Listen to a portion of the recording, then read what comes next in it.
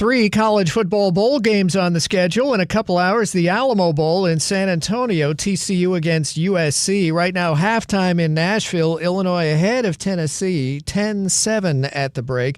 And at the Independence Bowl in Shreveport, Louisiana Tech came back in the fourth to beat Coastal Carolina 23-14.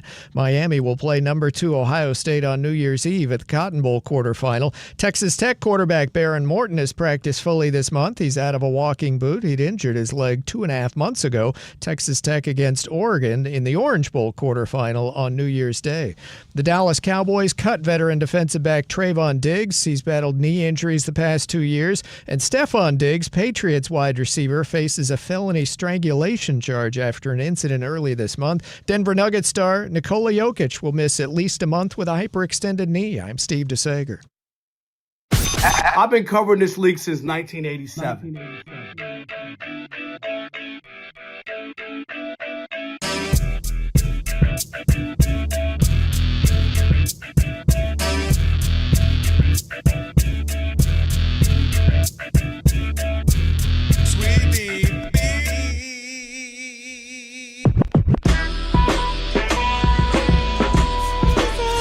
Can this sports writer and this sports fan share a radio show without driving each other crazy? Now, live from the Fox Sports Radio studios, here's Fox Sports Radio's Odd Couple, Rob Parker and Kelvin Washington.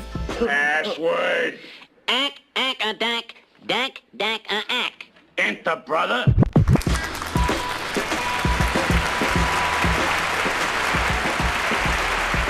Yo, welcome in. With that password, you now have full access to this very fine radio program for the next 3 hours. Not 2, not 3, not 4. Let's thank you, LeBron. Well, he's talking about his votes? Whether you're an all-star or not, I don't care. It's all LeBron good. James. No matter how you listen in, Fox Sports Radio, foxsportsradio.com, the iHeartRadio app, SiriusXM Channel 83. Wow. And now, live We'll do it live. on YouTube. Do it live. That's right. I'll write it and we'll do it live. Thank you. Thank you, Bill. Say my name. Rob Parker. Say his name. Kelvin Washington. That's right, he's back. Yes, and we sir. are indeed the odd couple on this trash-talking Tuesday. Damn do. That the holiday edition. And Alex, you are the best. You know that's what funny. that is. Damn do. Oh, I thought that was the young thug for a minute. No, that's Derek Coleman back in the day. Damn do. Oh, yeah, sure is. That is Why a is that classic. resurfaced? I had to give it to Alex. Yeah. I mean the clip. Hey, yo! I take a few days away. This is how y'all act? Alex and I were together the whole Yeah, that's too much. holidays. That's okay. too much. And all you'll need our telephone number because without question, we are the most listener-friendly national sports talk radio show on the planet. At least when people are still awake. Thank you, Kawhi. All right, write it down, commit it to memory, 877-99 on Fox. For you laymen who can't figure out the letters and the numbers, 877-996-6369. That's right. And if you hear feedback on the line, it's your own fault. It means only one thing. You forgot to turn down the radio. And if you call in here and have a problem with what we say, tough, because Well, I'm talking to you the way I want to talk to you. You have a problem, turn off your station. that's right. And with all of that said, always remember, Sweet-oo-be-doo, almost the end of 2025, yeah. there you go. Let's go. Big show. Let me welcome in my co-host. He is. Hey, feels good to be back, man. What's happening? How was the holiday? All good? Feels good to be back. Matter of fact, I got to go to your page and double tap a couple of things, man. I didn't like you. Let me see what you got. You got on those J's? I got What you. was that? Elijah, you all right? Did you live? What? The light fell from the sky. Elijah. Red sky tonight. Listen, if you're trying to get Red sky workman's tonight. comp, at least put the camera on you so we can see it. What was that? How you gonna waste the violation and the physical assault you just happened to you, and you didn't even film it? Unbelievable. Bo witnesses, so you're all right. Bo, Alex, all of everybody saw it. You all right? We need you for Super Bowl week. You We can't sure be do. getting beat up. What's your beef about my page? What's your beef? Oh, no, yeah. Just to be out here putting out here all these Jordan. You already did it once. You don't need to do it again, That's all right? right. For people who were like in the holiday festive Oh, they mode, missed they missed it. Whatever. All right. I hope you walk through all this rain we've had in L.A. and hope you get them ruined. No, they're good. No, they are good. They're velvet. They are. What is he, velvet? They look good, man. So everything was good? Everything's good. Family's good. Had a Great. wonderful last, handful of days with the holidays. It's been great, man. So honestly, I kept telling you earlier, can't complain, man. It's been a blessing. So just, winding down 2025. Yeah. My Christmas present was last night. What was that? 3 interceptions by Matthew Stafford. You know what's funny? So I didn't get to see most of it, obviously, in real time. Ended up going to the Janet Jackson concert. Okay. But I was like, what? They're down 21-0? Got there. What the heck? They got the ball and they're driving and trying to win this thing. I was like, what just happened? So I had to obviously go back, study up the whole thing. But I knew you were happy. Santa gave you a little late gift. I'm just saying, thank you. I'm all right. All right. Add a little juice for his campaign. That's all. No doubt. All right, hey, let's welcome in the Odd Couple crew because we wouldn't be able to do this fine radio program without him.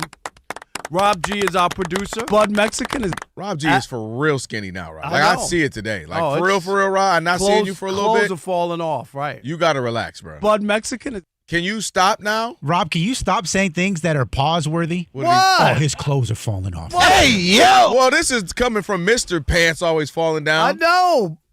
I'm sorry. Oh, God, call Alex in the middle of the night. Yeah. Ask HRU, what are you wearing? And please roll this clip in. That is one of those. That's a true story, by the way. But Rob, you got to relax, Rob G. No more jabbing. No, you look good. We'll decide. Rob it's not G. up to me. It's up to the doctor. I got to get saved in 2 weeks. What do you mean? It's not up to you. All You right, lied to the doctor to get All right, it. real quick. How many pounds are you down? 32. You're down 32 pounds. And mind you, the man, for all of you on YouTube, he didn't need it in the first place. Yes, I did. You got to relax, bro. I'm 5'2". You turn sideways and you look like a bobblehead. I'm real serious.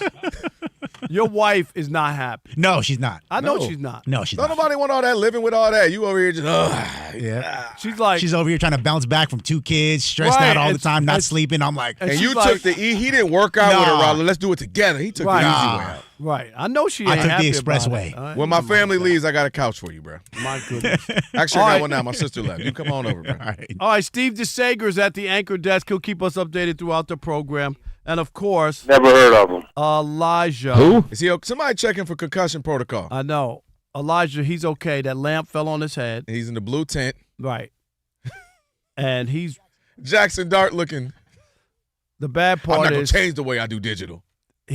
That light hit him on the head. You know when you kind of forget where you are and you go into another sphere or whatever. Yeah. He now thinks he's doing a bad radio show for social media. So now he ain't what doing show? nothing. What show do you think he's doing? Saying. Rob, get them all out now. 2025 is almost we starting 2026 fresh. No, I'm just get them all out. I didn't say he was doing any show on this network. This is filled with great shows. Just making sure, confirming that.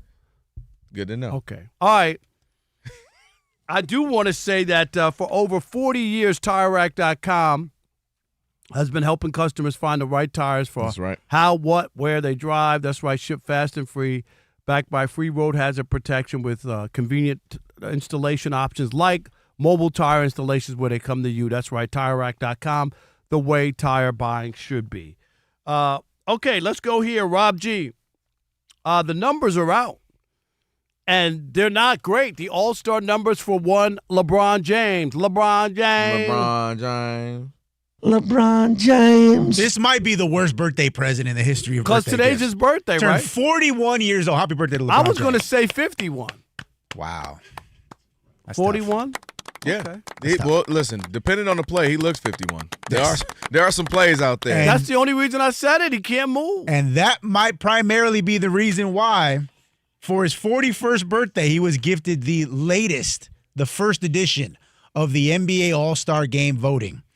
And LeBron James, arguably the greatest player in NBA history, what could be his final season in the NBA. We're expecting the retirement tour, the Kobe Bryant. They don't love you like that. You don't get the kind of love. Apparently, LeBron don't get the kind of love because he's finished right now 15th in NBA All-Star voting behind such superstars as Trailblazers forward Denny Avdija. Gesundheit. Who is right? Who? So if the voting ended today, they have this weird process. Maybe he gets in, maybe he doesn't. But the idea that LeBron James could not be voted in the NBA All-Star Game for the first time in over 20 years very real. I got a message for LeBron James. Is this on? It's on. LeBron James. Mm-hmm. Give the fans a middle finger. Oh, my. And if they do, you somehow get in, like by the skin of your teeth, do not show up. Do not partake. How dare they disrespect you in what could possibly be your last year? This is just an exhibition. This ain't no real basketball. It's an exhibition. And worse, it's in Los Angeles, the All-Star game. I know it's in Intuit Dome, right? But it's in Los Angeles. Mm-hmm. So fans couldn't look at this and go, well, this could be his last one. It's in L.A. Let's, do this for his lifetime achievement. It ain't like that. If this was, we put the best numbers in the computer and they give you a number and those are the people who make the All-Star, then fine. He doesn't belong there. An exhibition game? Do you know that when Magic Johnson wasn't in the league put Magic Johnson in the All-Star game? I covered it. Mm-hmm. Was that 96? In Orlando. Oh, you're talking about the 93. Yeah. After the HIV. Yep. But my point is, if you're LeBron, you should not really be thrilled about how this is transpired, because it ain't that real. And the idea that they're really going to vote, who's the guy you just said, Rob G, who's ahead of him? Seriously. Something Jukovic, from Danovich. Yeah, from Portland. I don't know. Well, but you get my point. Like, really? Is that what we are? Come on, man. So if I'm LeBron James, no matter what, if I skin of my teeth or whatever, do not, N-O-T, participate. Thank you very much for being this disrespectful after all these years. Yes, I'm here telling LeBron James, do not partake in the All-Star game. First of all, what in the world are you doing defending LeBron? I take a few days off, and I don't know who you are. The heck? Is this thing on? Is that Rob Parker next to me? What is going on? I'll say this. This is what I don't even know what we're doing right now. You say I don't ever talk about LeBron. Wrong. Dang it. If this can happen to Michael Jordan, this can happen to LeBron. This happened to Michael Jordan. The fans did not vote him in. Of course, the coaches put him in, and they throw him in the game. And Vince Carter, Isaiah Thomas has to convince him, hey, Vince, come on, man. Michael Jordan's last game, let him start. Okay, cool, no problem, And he let him start. My point is, Michael Jordan is Michael Jordan, and it happened to him. LeBron, and you know how I feel about him, he ain't that, and this can happen to him. It's possible for anybody. So, to me, I don't view it as a indictment on the fans. I think it's just where we are. He's missed a bunch of games already this season, I think 14 of them. Did you hear the difference between the person that you mentioned in place of Michael Jordan compared to the guy who's in front of him now from Portland, from the Trailblazers? I did. Okay. I did. Okay. And neither one of us, if we played who he played for, could name him again. Okay. I can't remember. I don't know his name. Yeah, I don't know who that is. It's crazy. That's my point. I agree. And maybe if he played all the games, we might be having a different thing because you've seen more. Maybe there's more plays. You can remember, oh, that dunk, he did this. But I don't take it as an big indictment. But what I think is going to happen, where I kind of will meet you halfway, I think LeBron might announce retirement at the All-Star game.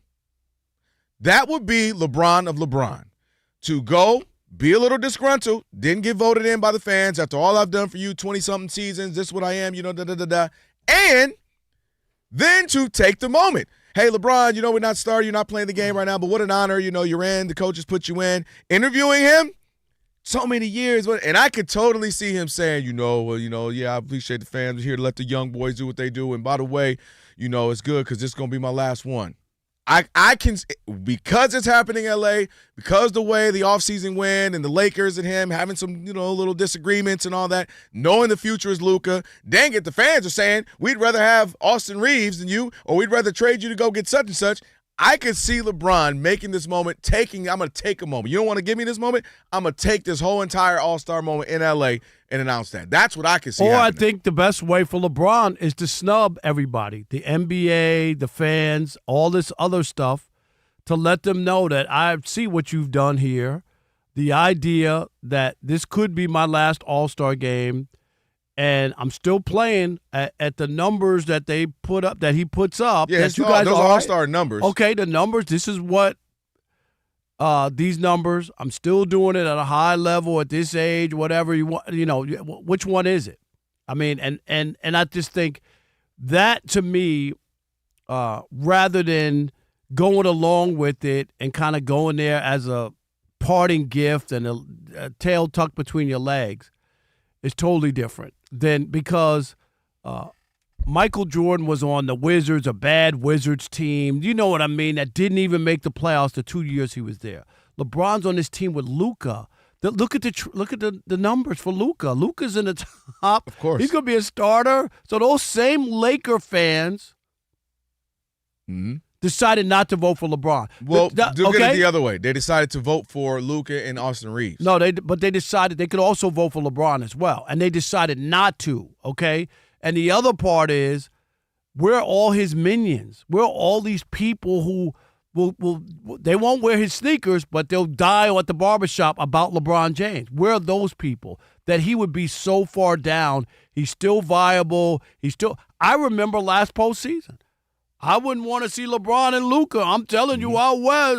Look at these teams. Who would you rather take, LeBron and Luka? That was just last year. Yeah. And now they don't even think he could play in an exhibition game. Come on. It was all good just a week ago, like Jay-Z said. I just think it's or again, like the Rams, who had the top spot in the NFC. Hey, don't Matthew jump sports Stafford. like that. We're talking about just because they're in L.A. We're talking about the NBA. I'm just telling you. All right. No, but I just think, I think it's happened to Jordan. It can clearly happen to LeBron. And also, I'd keep an eye on him that weekend. That would be very LeBron of LeBron to take that moment in L.A. and make it about him. I could totally see that. 877-99 on Fox, 877-996-6369. If he doesn't get voted in, should LeBron James boycott the upcoming NBA All-Star game? I'm with it. Bron, don't go. Nah, you can't do that. Stiff the fans. Stiff the league. We'll continue that conversation next with you. That's right. That's Rob Parker talking. Rob Parker, Kelvin Washington. Rob Parker. On a Sound like Trash Rob Talking Washington. Tuesday. Right here on Fox Sports Radio. And you know what you need to do. What's that? Stick and stay. Rob, you know LeBron cares what everybody says in the US of A.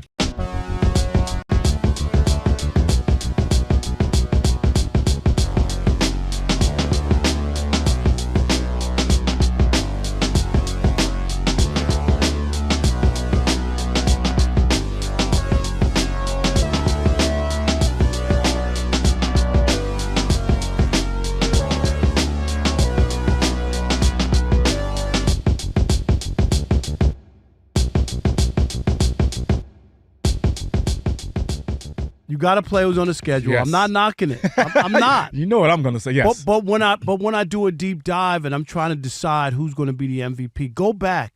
Rob G, was it the last one that Aaron Rodgers won, his last MVP, number 4 over Tom Brady? Tom Brady had better stats. Mm-hmm. Aaron Rodgers had bigger wins. Mm-hmm. Remember he went to Arizona when they were 7-0.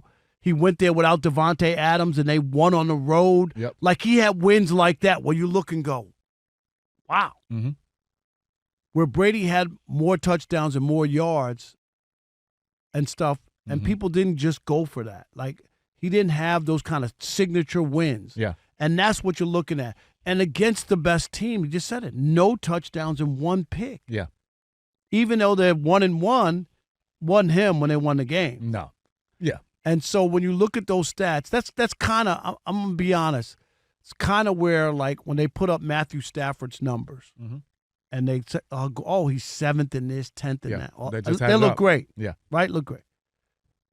No All-Pros, 2 Pro Bowls. One was a reserve, because somebody got hurt. Of course, yeah. Like that. Those are the things that should scare you because the numbers are so big, but then you got to understand how they were accumulated. I covered the Lions on home and road for almost 20 years. As a columnist in Detroit. Lions down 21-0. Here we go. Yes. No, seriously. No, I know. You're right. And you know, you're right. And yes. you know, as a defensive player, cornerback, they're going to throw in front of you as long as they don't go over the top. You're okay with them. Am I right? Like the game has to progress. They got. Yeah. Don't throw the ball in 100%. front of you. They're not going to run the football. Right. You can't run the football. You're down 21-0. You're down 17-0. You got to throw the ball to try to get back in the game. You're not going to have a 9-minute drive to get 1 touchdown. Yes. So a lot of those stats, that's why you got the nickname Stat Patford in Detroit. Yeah. But anyway, in this case, It's the Patriots. I get their record. I get their turnaround. Everybody wants to crown Mike Vrabel. Oh my God, look at the job he's done. It just feels empty to me. And there are stats and win totals and stuff that feel empty sometimes. Yeah. Because I can't really get to where's the signature win? Where's that one that really where you're like, wow. Like I mentioned with Caleb earlier. Mm-hmm. There were a lot of people. Oh, the Bears. Well, okay. Go to Philadelphia and win. Yeah, he did it. They did it. Yeah.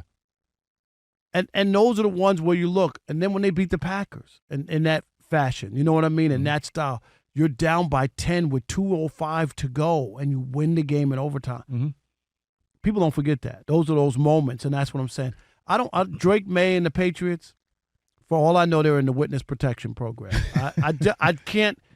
I don't feel that way about them this year, despite all the wins. Yeah, there's a lot left to be desired when it comes to the Patriots and Drake May. Drake May's had an awesome year. He's coming into this year, I picked the Patriots to get back into the playoffs and win that division, and so a lot of people thought I was crazy. But I mean, there was scheduling things that went into account with that, but also I didn't believe in Buffalo coming into this year, and I didn't believe in Miami, and definitely not the Jets. So I saw the Patriots taking a step forward. That's a good pick. Right, with Vrabel and those guys, and they've cashed in on that. They've cashed in on one of the weaker schedules, which is fine. But again, we talk about it, Rob, and I'm going to always say, like, you have to win those games as well, which they did. So they got that handled. But as far as Drake May being the MVP this year, he had those teams and those wins and those stats are a little bit skewed and a little bit empty when it comes to what he's achieved. But I also don't want to take away from the season he had. So I want to say he's right there. He's deserving of being in the race. But, my MVP for this year, I'm going Matthew Stafford, which, we may have a disagreement on. But I don't know if you can disagree with it on this year in particular. I think he's the guy. Yeah, I told you by default. Yes. But there's nobody else there. The only guy who I thought had a chance to beat him, I really did. I thought Josh Allen had a chance, and then he had a bad game. What game was that? It was two games in a row. Yeah, where he really didn't play that well. He threw for 100, like 140 yards or something.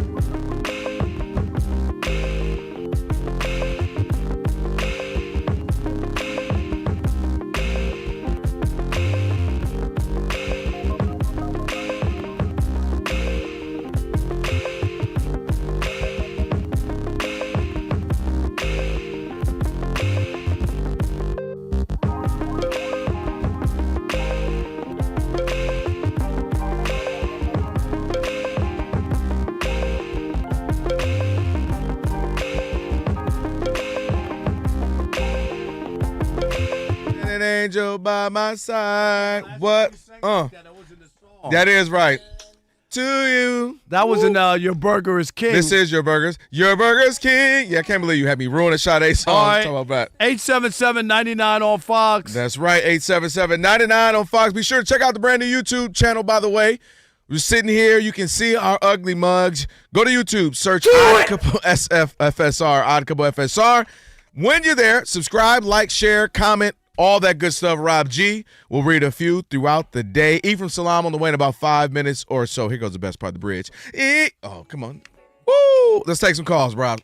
Into your heart all the way. All right, hey, Solomon in Los Angeles. You're on the Odd Couple Fox Sports Radio. What's up, Solomon?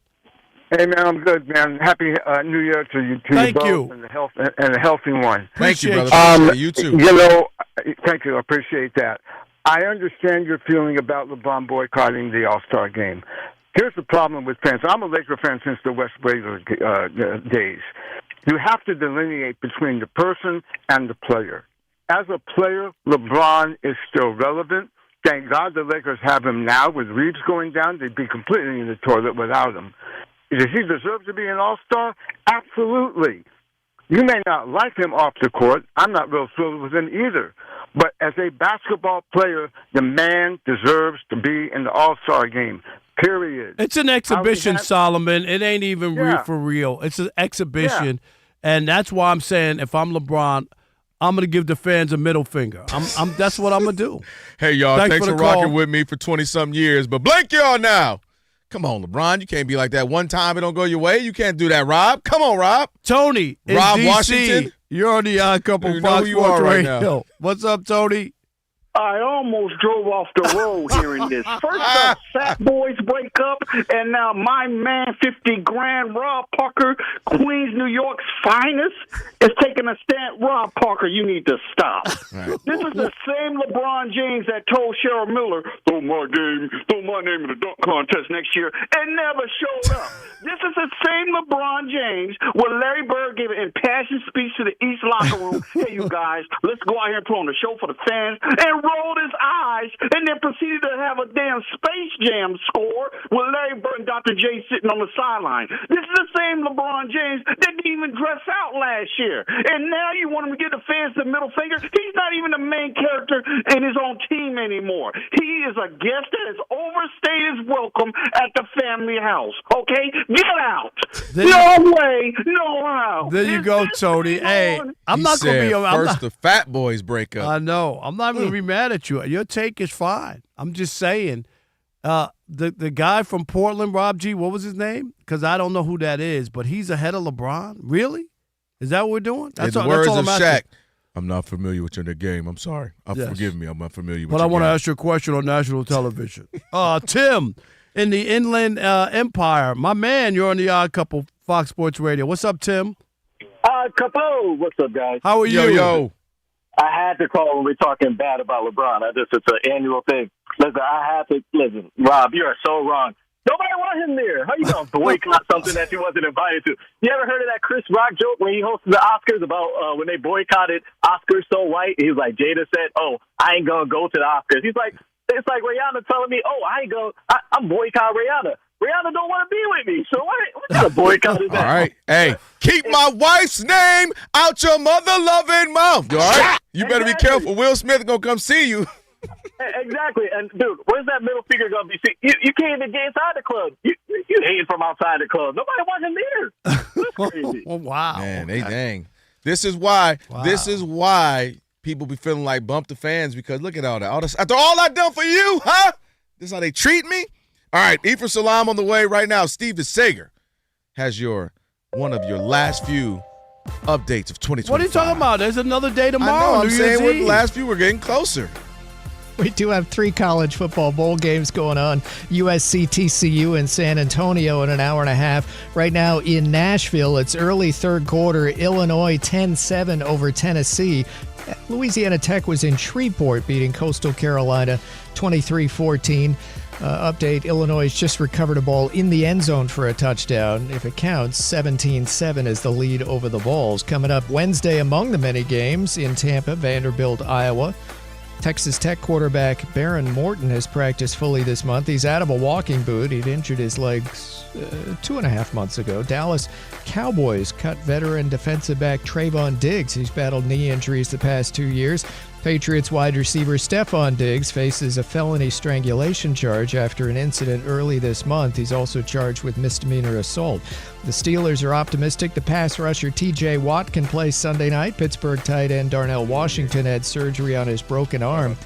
Tampa Bay quarterback Baker Mayfield was limited at practice, shoulder and knee injuries. Missing 49ers practice were Christian McCaffrey, Kyle Juszczyk, and Trent Williams due to injuries. Drew Brees and Eli Manning are among the 15 Hall of Fame finalists. Also on the list, Frank Gore, Larry Fitzgerald, Adam Vinatieri. 4 NBA games tonight. The big news, the injury last night for Nikola Jokic. The Nuggets star will miss at least a month with a hyperextended knee. He has a bone bruise in the left knee as well.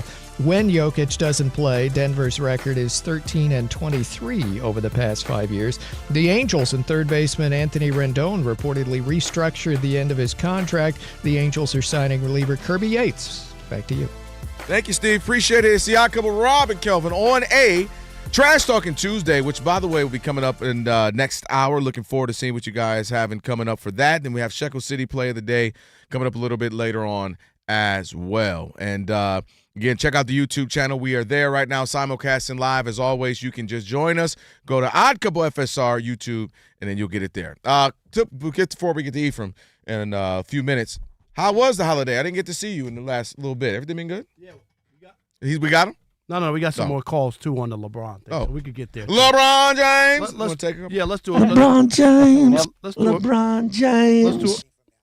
Okay. Never mind. We're going to talk to Ephraim All right. about it. Sorry about talk that, to guys.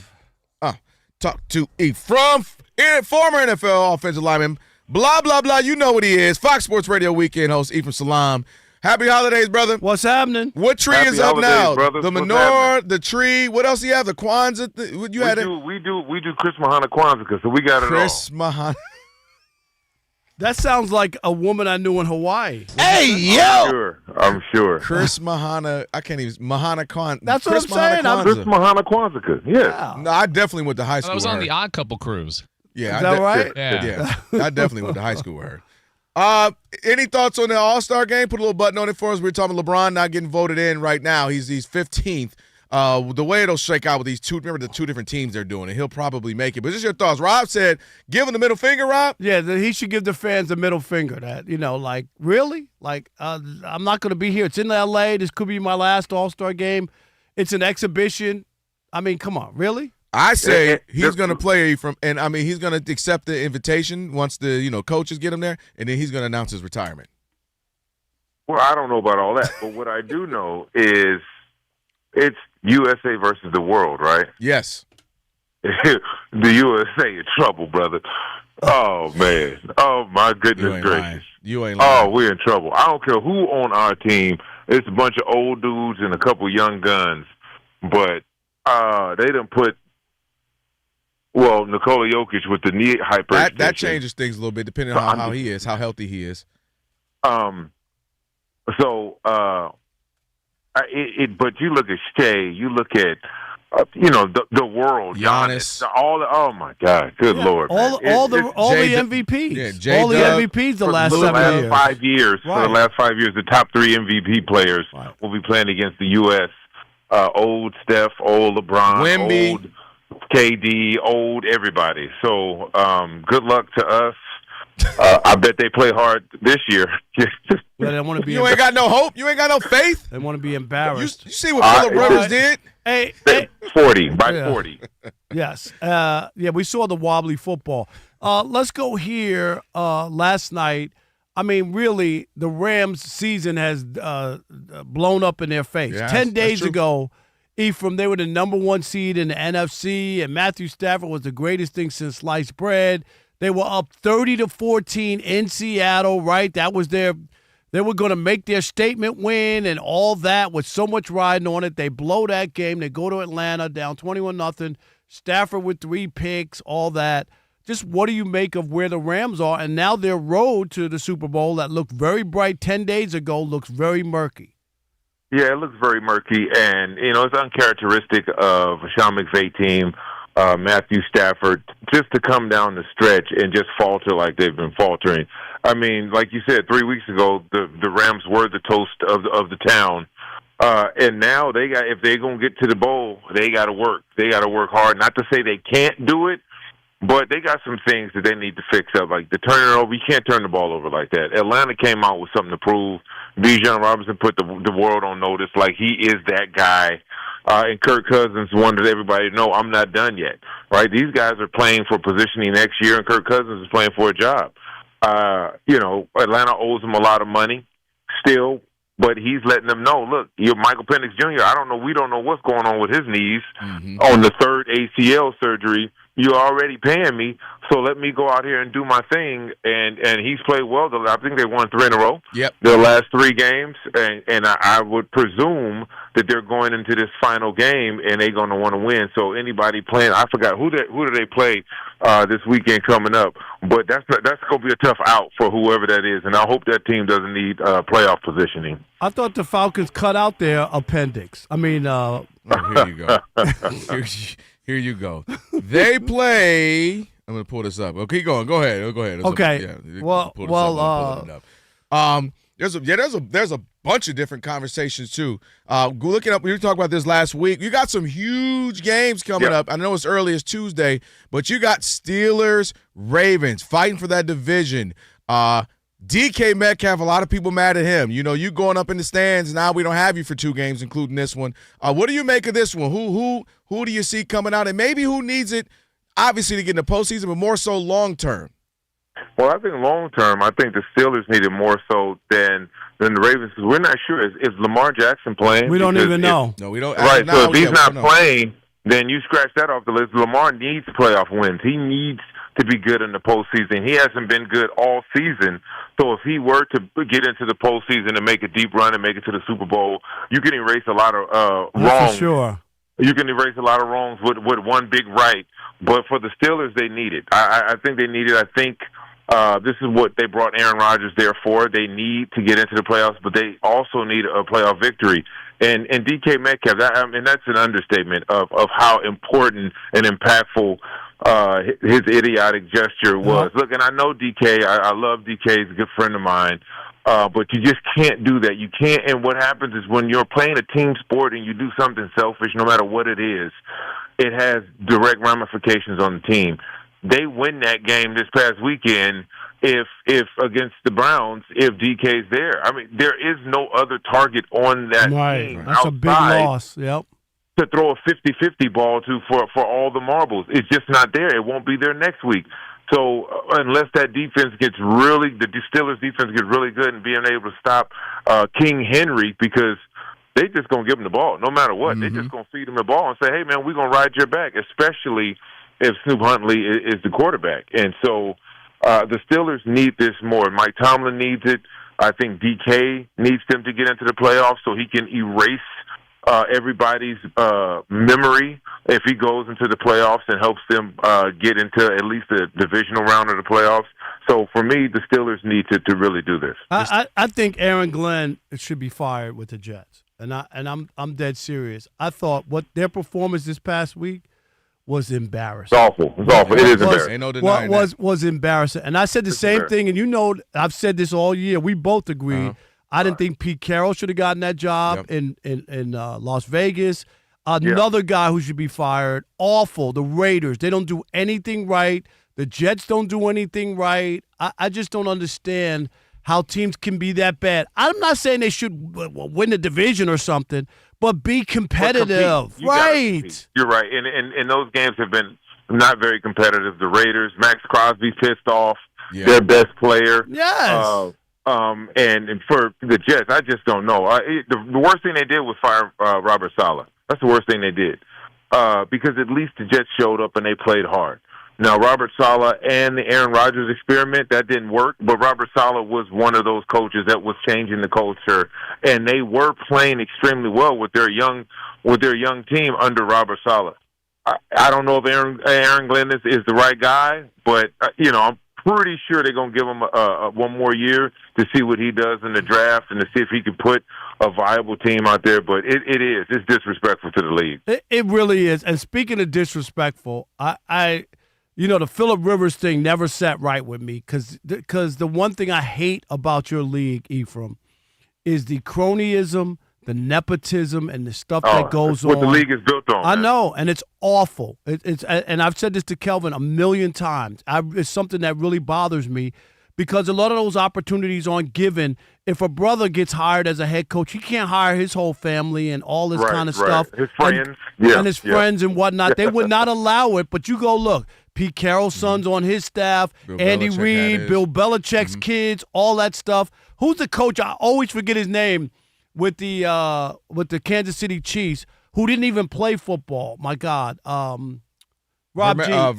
Dick Vermeil? No, with the Kansas City Chiefs, Rob G. Schottenheimer? No, his kid didn't play football, right? Like college or anything.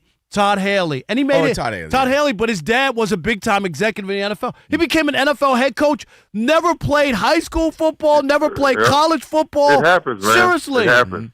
Yeah, it happens. It's their league. They run it. They're going to do what they want to do with it. So that's why the Phillip Rivers thing bothered me. And for people who say, well, he didn't do that bad. No, he did terrible because the reason to bring him in Ephraim was to win. And to make the playoffs. Right, yeah. and they didn't win any games. They could have put that kid in. Riley Leonard, and he could have lost all 3 games. Seriously, what's the difference? He was talking to his girlfriend I think he probably, it was a good story and he got eyeballs watching, but I think Leonard would have gave him a better opportunity to win. But you look, they've done that before when they hired Jeff Saturday from at home to coach the team. We talked about it. At some point, you get what you get, man. You keep making stupid choices, you get stupid answers and consequences. And one other. And the Sauce Gardner trade where they gave up 2 first-round picks. Yeah. Look at where they are. Look at how this season blew up in their face. They were 8-1. Yeah, they dropped the ball there.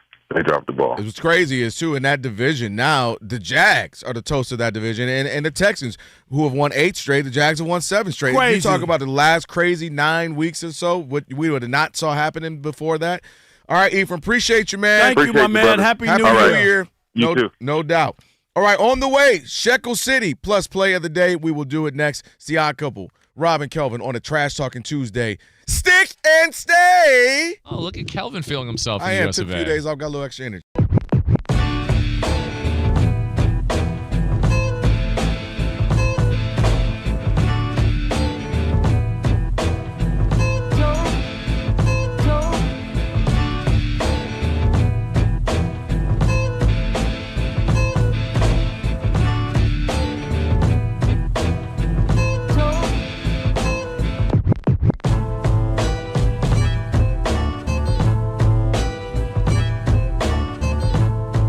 According to ESPN's Adam Schefter, he said it on Pat McAfee today. I never missed Pat McAfee. That if Mike Tomlin and the Steelers lose this game on Sunday, winner take all. This time, it counts. That's right, against the Baltimore Ravens. That it is, quote, possible that he would step aside from the organization for good and either get into TV or hopefully find another gig. Did I do Must that? win for Mike Tomlin. Did I do that? Did I do that? That's what Mike Tomlin's going to say. Like, hey, I'll say this. I got a better step than that. It wouldn't be his choice if I was the Pittsburgh Steelers organization. If they lose and they're at home, they lose that game, and the Ravens get in and win a division when they've been awful all year, to me, it would just be another 9-8 year with Mike Tomlin. At some point, again, he won the Super Bowl. It was a long time ago. They haven't won a playoff game since 2016. Right, Rob G? Is it 16 or 18? I'm always 18. 2018. They haven't won a Super Bowl since, a playoff game since 2018. Mm-hmm. Dude, they got to win. Like this is, they win a division, then you're doing something a little different than even last year when they made the playoffs. You won a division. You can win a home playoff game. Got a quarterback. Aaron Rodgers and them lost. What people don't even understand, what's Aaron Rodgers' record as quarterback of the Steelers this year? Do you know? 500, 8. How many games he missed? 1. He missed 2 games. He missed 2, so he's under 500 then. No, He's 9-5. 9-5. Yeah, He only missed how many games? 2. he missed 2. The 2 games that he missed, they lost. Well, they lost. No, I'm they just lost saying 7 so far. Okay. Yes. Yes. he's 9-5. So sometimes you look at the record and go, well, it's not different. No, 9-5 is different from what it was last year when they lost their last 5 games of the regular season with Russell Wilson. My point is this: they got to make this happen. Like this is otherwise. Mike Tomlin had a great run in Pittsburgh. It's just time for a change, and that's all. It doesn't mean he can't coach or he can't go somewhere else. There comes a time when you need to make a change, and I just think Mike Tomlin's time in Pittsburgh, unless if they go win the division, beat the Chargers in the first round or whatever, at home or what, okay, I'm good. You know what I mean? Like as far as him staying and continue. But if they lose, and it's just another disappointing Steelers year, I'm done with Mike Tomlin. Yeah, both of these coaches are in the same position. Yeah. I think both organizations need new voices. I agree. I've said as early as week 4, Rob G, on John Harbaugh, as early as week 4. Yeah, he should be fired. Yeah, they both need new voices, and that's not an indictment on them two as head coaches. They both won. They both done really good things in this league for a while, but it just comes. They both won Super Bowl. Yeah, there's a point in time where your voice becomes redundant, it becomes stale, and you need fresh voices in there. And when you talk about Pittsburgh in general, this team was never good enough to win it all anyway. So, like you said, if the success for this season for Pittsburgh would have been to win a playoff game, and that would have been different, and that would have brought different life. But I don't see that happening. I don't even think they're going to win this game Sunday. So you may be losing this bet, Rob. No, I think the Ravens are going to win this. I actually think the Steelers are going to win, and without DK. Yeah, no. I do. Mm-mm. Because the Ravens have been bad all year, and when they need games, Zay Flowers fumbles. No, I'm just somebody does. Yes, likely. Yeah, fumbles or drops the ball. Yeah, Derrick Henry fumbles. Yeah, Lamar fumbles. Andrew, do you remember Mark Andrews drops the ball? I'm just saying, like this is how their seasons have ended. Yeah, like over and over. I'm not just and I'm all about Lamar. I don't even know if he's playing or not. You know what I mean? He had a back injury, so I'm not sure he's playing or whatnot. And if he does, I just can't count on them. They've been so disappointing. It would not. I'm going to say, if he does play and they get to Pittsburgh or whatever, could they? I get them losing the game on some costly fumble or interception or something bad, like they always do. And that's what they've done, Kerry. They do, yes. Like they very seldom, if you look at the losses that they've had in the postseason, it's usually self-inflicted.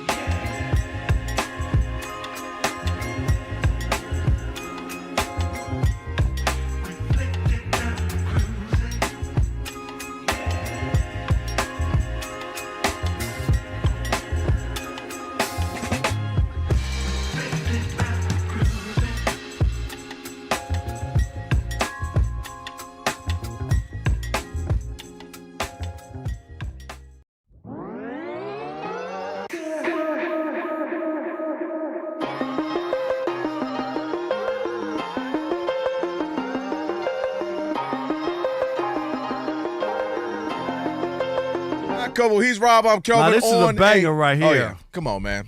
This album, one of the best albums of the last 50 years. Lauryn Hill, Miseducation of Lauryn Hill. Rob and Kelvin on a Trash Talking Tuesday, a little less than an hour away from that. Thank you, and shout out to Ephraim Salaam for joining us. You can check out the pod there. Rob G will get that up at the end of the show. Always good to hear from Ephraim. All right, now it is time for Shekel City. Welcome to Shackle City, the home base for Rob Parker's daily picks against the spread.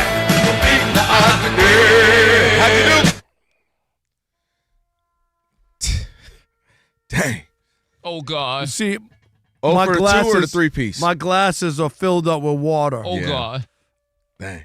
Alex, did I do that? You did, Rob. You did nothing. 0-3 last night. man. Got nothing.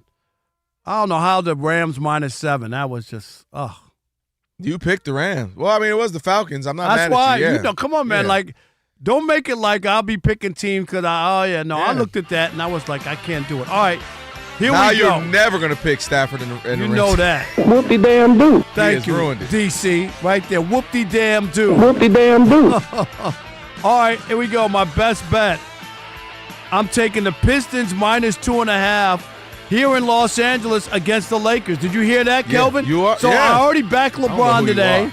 I just took the Pistons -2.5 here against the Lakers tonight. Last night you took Stafford and the Rams. Who are you? All right. I also I'm going have, to that game too, by the way. Are you tonight? Yeah, I'm gonna go. Take the fam. Okay. I got Boston -7.5. They're in Utah taking on the Jazz. And I got the Clippers -9.5 hosting the Sacramento Kings. So the Clippers -9.5, the Pistons -2.5, and the Celtics -7.5. And remember, I'm not telling you who to bet on. I'm telling you who I bet on. I was wrong. I was wrong. I know was you bad. had to be mad. The time I go for Stafford, he wanted to be out here throwing hat tricks of interceptions. He wanted to be the Red Wings last night. Yeah. That's all. When they throw the octopus, is that what they used to throw there? Octopus, yes. Yeah. All right. It is now time for your tie rack play of the day. Wide side as Stafford looks at it. Playing too far off. And he's looking left. They'll throw, and it's intercepted. Xavier Watts has got another one. He's got some help in front and down the near sideline. He stepped out of bounds. Falcons radio there. That's your tie rack play There of the should have day. been 2 pick sixes, but he stepped out of He bounds. did. What was he doing? Tire Rack Play of the Day brought to you by Tire Rack. For over 40 years, Tire Rack's been helping customers I find don't the right care who tires wins for or how, loses. for what, and where they drive. Ship fast and free. Backed by free road hazard protection with convenient installation options. You know what that means, Rob. They'll come to you. We got the mobile tire installation. TireRack.com, the way tire buying should be. And programming note. Yes. Who am I on with tomorrow? Do we know? Rob G? 2 days. We're here tomorrow? New Year's Day. I'm off. Yeah. Oh, so you're working tomorrow? Yeah. New Year's Eve. I Yeah. didn't know that. Okay. Yeah. So New Year's Day. I'm doing Are the you all, you already kicked me out already? I'm just back. I'm doing the Herd and then the Odd Couple. Tomorrow. No. New Year's Day. You said you're working tomorrow. Yeah. Well, you're confusing me now. You're doing the Herd win. On New Year's Day. Okay. Is that Thursday? That is Thursday. And the Odd Couple on Thursday. Okay. I didn't know you were working tomorrow. Yeah, Okay, New Year's good. Day. Okay, great. It's good to see you too. Yeah, thanks. Already okay. kicked me out. Like I just, you're off. I'm just not sure when you're on or yeah, off. whatever. I'm just saying. That was me in the summer. What are you talking about? 7 weeks I had to do a show without you. Hey, I'm checking out Sacramento. What a ballpark. Sacramento? What are you doing up there? That's only because I had a million days and they threatened me. Yeah, they did. That happened to me at the other job, Spectrum, the TV job. They were like, bro, if you don't take some days off, it, you're going to lose it. So I had to when take you it. get somewhere for some years, start stacking up all those days, trust me, I know. Speaking of stacking up days, today is Tiger Woods' birthday. Give it up for Tiger Woods. Tiger Woods, happy birthday to him. Yeah, And I feel like hitting him with a club. That would be good for us. Well, that's the reason why we brought this up, Rob, because his legacy is cemented as arguably the greatest golfer of all time. He's a billionaire. He's one of the greatest athletes in the world. Yet, he is responsible for breaking up your marriage. And so we wanted to say, what did you have to say to him? Now, he's 50 years old. And, you have beef with him because you had to watch him during the Masters. Yes. 50-year-old Tiger Woods. How old was he then? 28? Yeah, that was a long time ago. It's Tiger. I got married in 1997, and we're in Japan at a very expensive hotel, $500 a night. In 1997, that was a lot of money. That's big money then. Am I right? That's big for money. a hotel. $500 a night. Wow. The Nuwatani Hotel, and I should have been consummating the marriage. Instead, I was watching him tee off. You were supposed to be teeing off. Exactly. And look at that. All types of 9. Hey, yo! 9-iron. You out here watching Tiger. I had a 13-iron going. Let's settle down. No? I was already spotting you with the 9. Why are you adding 5 inches to your iron right now, Rob? I was already spotting you now. Hold on. A 13-iron, no good? That's a little too much. Okay. Now look, he's 50 years old. That's crazy. Remember Tiger Woods was the young phenom. It's crazy how fast life goes now. He's 50 years old. They said Rob's short game is crazy. No, my long game is great. I heard he's not long off the tee, but he's good up and down. You know what I mean? Short game, crazy. Man, y'all are foul. They say they call him Mr. One Putt. Hey, yo! We are Fox Sports.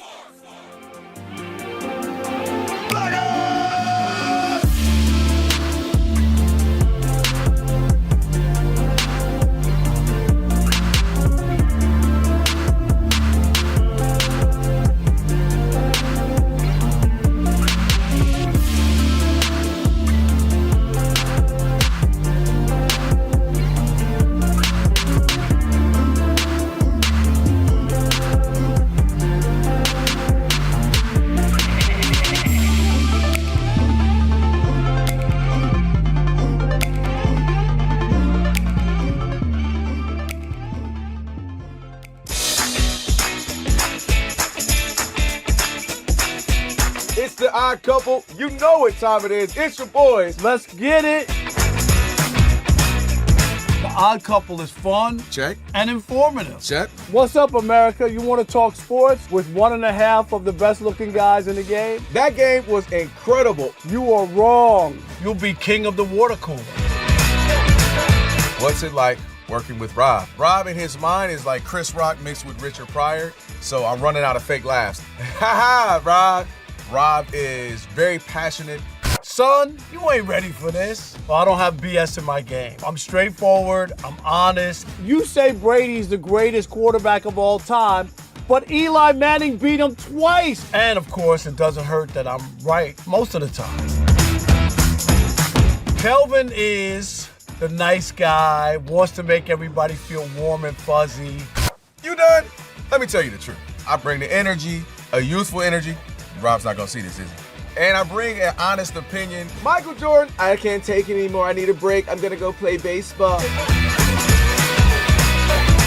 Trash Talking Tuesday is the best. It's a great opportunity for folks to call in and they get to trash whomever. Who you trashing, Roger? I'm trashing LeBron James and Michael Jordan. Oh, okay. They can't even hold Wilt Chamberlain's shoes. Stop talking about the king like that. It's a new era. Let LeBron be the best, please. I only recognize one king in the United States, and that's Burger King. The connection with the Odd Couple audience is incredible. We really invite them in. And they can relate, whether it be things about our own personal lives or our takes on sports. Love you guys. You guys are killing it. Hey, we appreciate you. Thank you for rocking with your boys. They feel like it's just my guys, just my friends, and they join right in on the show. We talk with the listeners, not at them. Obviously, you can listen to us live, but you can still check out the podcast. You can check out our YouTube. You can check us out on social media. So in any way you want to get it, you can get it. Yes. There's some yelling. It is some hot takes. It's a whole lot of fun. I'll give you that. It is fun. I agree. Begrudgingly. The Odd Couple. Sports talk that's too good and too fun.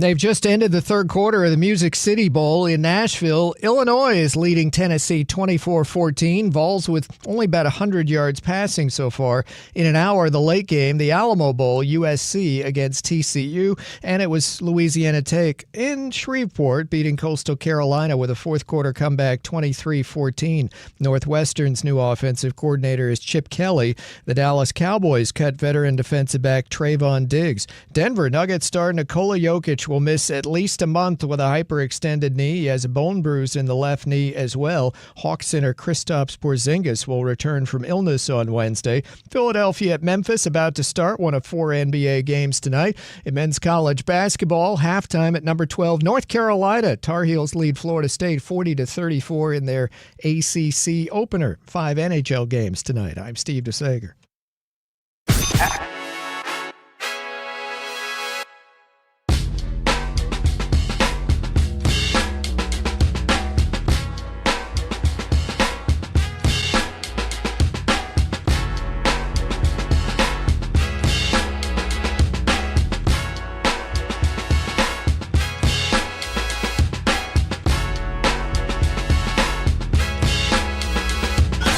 Can this sports writer and this sports fan share a radio show without driving each other crazy? Now, live from the Fox Sports Radio studios, here's Fox Sports Radio's Odd Couple, Rob Parker and Kelvin Washington.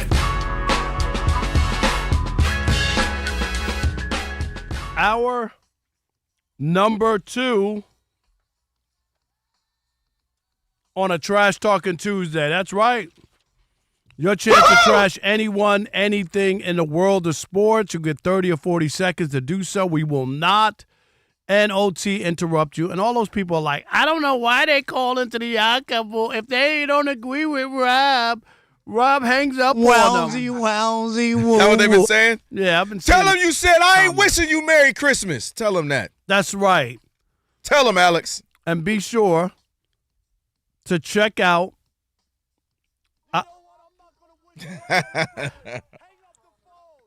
Hang up. Oh, that was fun. Check out our new YouTube channel. That's right.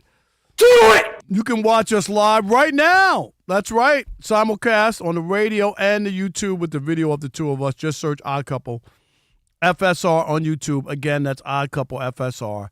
Hit the subscribe button. Don't stop there. How about a little thumbs up action? You know, damn do. That's right, like they do with the New York Knickerbockers, Icon and hey, comment yo. away. I'm getting cooked. That's right. Just search Odd Couple FSR and subscribe. Don't forget, coming up in about 27 minutes, Antonio Daniels, of course, an NBA champ, Sirius XM NBA radio, Pelicans TV analyst, and, of course, a Fox Sports radio NBA analyst. And don't forget, again, Trash Talking in about 40 minutes. So we got a lot to get to in this hour number 2. Rob G., Matthew Stafford has been a disaster basically since that Seattle game where they were up 30-14, ready to make a statement. Looked like the Rams are going to be the number 1 seed in the NFC, which would have been a great road. You know, you only have to win 2 games. They're both at home. It's a huge advantage. It really is. That's what Tom Brady and them lived off of. When they always had to win the 2 games, and they were in Foxborough. Seriously, they had an advantage with that. That's a huge advantage. It just is. But he had an awful night. 3 picks, a pick 6. He's now tied, right, with Brett Favre for the most pick 6s. Tied. I think is it 30 of them or 32? I think it's 32 of them. 32. Rob G., just a synopsis of what happened last night. Yeah, it was a rough night for Matthew Stafford. He came into the game as the odds-on favorite to win the NFL MVP. He's having a great season. And then last night on national TV against an also-ran franchise that you could say for seeding purposes, they didn't really have to win that game, right, because they're in the playoffs regardless. But if you want to play a different route, they own the Falcons' first-round pick in 2026. So it would have behooved them to beat them, get a better pick for next season. 100%. Instead, they fall behind 21-0 and they end up losing the game. Stafford, 22 of 38, 269, 2 touchdowns, 3 picks. One of them a pick 6, as you mentioned. And after throwing just 2 interceptions in his first 11 games, right? He had the incredible start. We talked about it throughout the show.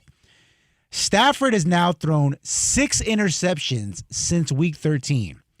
Only Shedeur Sanders and Jets quarterback Brady Cook have more INTs during that span. As a result, before the game was even over, not only was Stafford no longer the favorite to win the MVP, he was a distant second. As of 8 p.m. Eastern here tonight, Drake May is now the heavy favorite, minus 400 to win the MVP.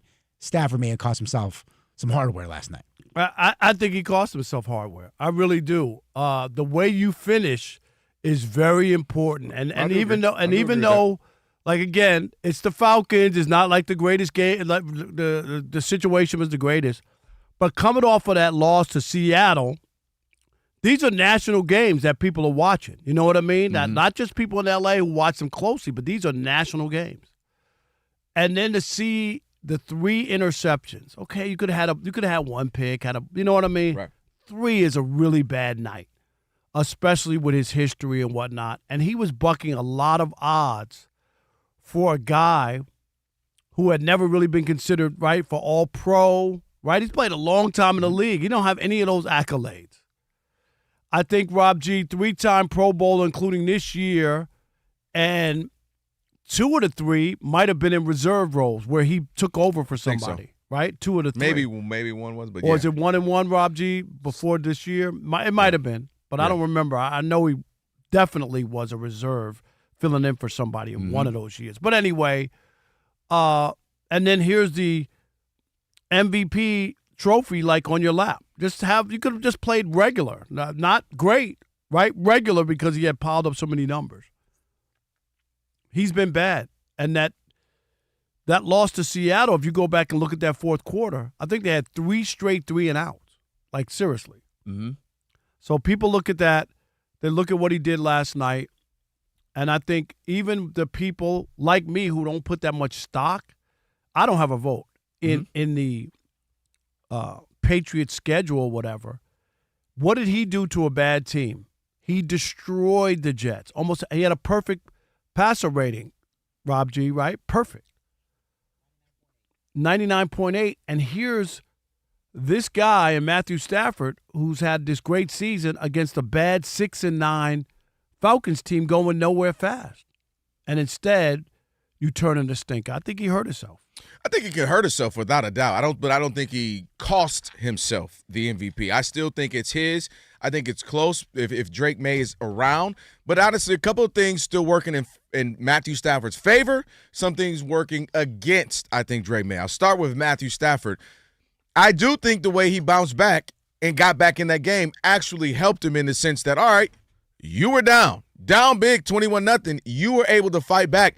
And depending on how you look at it, was that a Puka Nacua catch? It wasn't. He made some incredible throws. It's not a catch. But I mean, my point is, I think those plays matter. They called it a non-catch first. They didn't even reverse it. They're tripping too. Rob G, you saw that ball what you move. think? I thought that was a catch. That ball moved. I thought that was a catch. I thought he caught it. Yeah, I thought that was a catch. That ball moved. It was clear, and they called it incomplete to start. And they called a bunch of stuff wrong, No, Rob. but I'm just saying, but they didn't reverse something that you thought. So, but I think the comeback in that game, making those big plays at the end, and obviously the 2-2 Atwell, that was pass interference. So I think those things helped him in that. Man, look bad. How did he bounce back? Similar to we talked about Josh Allen a couple of 2-3 weeks ago, but he was able to get the win. But how did you come back when you – I agree. But how did you look coming back? Is it defeated? Did you keep throwing interceptions? Did you go Jared Goff or Jared Tennis? No, you were able to bounce back and make that thing a thrilling end where you almost had a chance to win it. So I think that's also in his favor to me also is those numbers that Rob G was talking about. When you look at this, Rob, my gosh, despite everything we just talked about, well, you would think he had a horrible season. The man has 42 touchdowns and 8 interceptions. That is very Aaron Rodgers-like when Aaron Rodgers was winning all those times. Tom Brady had better numbers than Aaron Rodgers and still lost. Right, but I'm just saying those are great numbers. If I told you a guy has 4,500 yards and 42 touchdowns and 8 interceptions with another game to go, meaning he'd be inching towards 5,000, I mean, it's incredible. So where's this team in the standings? They are currently fifth. Sixth. So another quarterback has similar stats, not as many touchdowns. Not as many touchdowns, but the same number of interceptions. You talking about Drake May? Drake May has the same. Drake May numbers aren't that. He has 30 touchdowns. No. But I'm talking about the same interceptions. I think they both have 8. Yeah, and he has 30 touchdowns. Okay. He has a few more rushing. Yeah, but also his team is the number 1 seed. Like that. And I'm glad you said that. And that's something that's important. Now let's get to that. Here's the Drake May, where I think voters may consider. He has the luxury of playing the Jets twice, the Giants, the Titans, didn't stop the Saints, Tom Brady from winning the MVP. Saints. The Saints. Why he didn't win as many? Saints, Raiders, and the Bengals, and the Browns. Do you hear what I just said to you? The Dolphins twice, the Jets twice, the Giants, the Titans, the Saints, the Browns, and the Bengals. So I believe people are going to look at that as well. Matthew Stafford is playing in the toughest division. If you want to say it's NFC North, however, NFC West, NFC North, however you want to look at it, playing in an incredibly tough division, playing very good teams as we're looking at a replay we got on one of our TVs against the 49ers, very tough team in the Seattle Seahawks. And even in that game, you can't blame Matthew Stafford in the sense the man threw 440 yards. You can blame him because he had a terrible fourth quarter in overtime. What do you mean you can't blame him? I mean, you can say look that. At the over. No, look at the over. Look at fourth quarter. If he would have got one drive, he got 3 straight 3 and out. He put up crazy numbers, and the defense, which is supposed to be one of their stronger fronts, let them down. So Drake May has had a phenomenal season. If you're a Patriot fan, you have to be incredibly happy. Josh Allen, I don't think is in it as much. He obviously has a he had to go something crazy, but it comes down to Matthew Stafford and Drake May, and to me, it's Matthew Stafford. And he has the narrative, too. The gunslinger finally gets one. Your favorite quarterback's favorite quarterback. And I just think I disagree. I think his reputation last night was this is the Matthew Stafford a lot of people know. Only you! No, it's not only me. I'm not talking about the handful of guys who are most people are not NFL quarterbacks, okay? Most guys have watched Stafford. And I just looked at Twitter, and they were like, okay, Stafford wound up being Stafford when it mattered most because he should have he almost came back and won that thing. He did not win, and they should have. Look, it shouldn't have been down 21-0. He shouldn't have had all the interceptions against a bad Falcons team. He should have destroyed them. Maybe they're emerging Falcons. He should have destroyed them, and also it's the last 2 games the same way that we saw Lamar go into San Francisco and take that MVP from Brock Purdy on Christmas Day. All I'm saying is the way you finish, people look at that. I don't disagree with that. They look at that, and if he doesn't have just say he has a bad day against the Cardinals and throws a couple more picks, he ain't going to win no MVP. Well, I'd also have to see what Drake May did. I'm just saying. Well. But I think would be a bad finish. Rob G just talked about it. The 2 quarterbacks with the 3 quarterbacks with the most interceptions in the same time span to end the season are Shedeur Sanders, who throws 2 a game. Who's that kid? Cooks with the Jets? Brady Cooks. He's cooked. And now you got Matthew Stafford. How could he be ranked with those guys? Because you're looking at 17 weeks, and he has 42 touchdowns and 8 interceptions. Finish strong. And he may with 4,500 yards. He blew it already. No, he did not blow. Absolutely not. He's going to win it. Voters are also going to say Drake may have more years at this. This is Matthew Stafford's time. No, that's not the way they look at it. His numbers are incredible, Rob. His numbers are phenomenal. It's also about winning with those interceptions. He's 11 and 6, 11 and 5. I would discount Matthew Stafford's season. They added Devontae Adams. They got. What are you talking about? They got Puka. Hold on. Go ahead. They got Puka. They got two tremendous wide receivers. He should be putting up crazy numbers with those guys. Drake May. You know who you are right now, Rob? Drake May. You are Stretch. Who am I missing on Drake May? You are Stretch Armstrong right now. It don't even make sense. The man, Peyton Manning. Do you remember the Pro Bowl team, All-Star team that he would have? Reggie Wayne, Marvin Harrison, Stokely, Dallas Clark, all these. What are you talking? Edwin James at times, depending on the year. People always have loaded teams. He won multiple. He wasn't the last. Like Matthew Stafford, this would be a biscuit at the end of his career. People might use that in his favor that he doesn't have Devontae. No. He's been doing this without Devontae. No, he's been terrible without Devontae the last few weeks. Devontae put up crazy numbers against the Seahawks good defense without Devontae. Not when it mattered. Not when it was winning time. In the talking about he got Devontae. Go look at his fourth quarter. Do you know the guys that the teams have had, the players they've had when they've won MVPs? Some guys have been loaded. when they had him winning some of those MVPs. Well, I'm just telling you that Drake May's case can be made because his team is so good and they're top Drake May in the AFC. That's like Matthew Stafford. When you look at the way he finished, yes, 10 days ago they were the number 1 seed. 10 days ago, so it's not like they weren't the number 1 seed all year and like all that. And then you wouldn't be looking at that. You're looking at what happened at the end of the year. How did this thing come undone? How did they go from 30 to 14? Up, and then Matthew Stafford couldn't get a first down in the fourth quarter. How did they lose and were bound down 21-0? I tell you, if I fell for Mars and I listen to you right now, I would think he had 28 touchdowns, 20 interceptions, and his team was 5-11. We've seen where numbers. That's what I would think. It's not strictly a numbers thing, and that's why I think right. Wrong. And I think he has a number. And Drake may be next year is what I'm gonna call him. Drake may be next year. And I want to be accurate. So Stafford has 3 Pro Bowls, right? One was as a replacement. So two as a Pro Bowler and 1. And how many years has he played? 23 years? I mean, LeBron was first hour. Oh, I'm sorry. That was first hour. 17. Okay. Sorry. All right.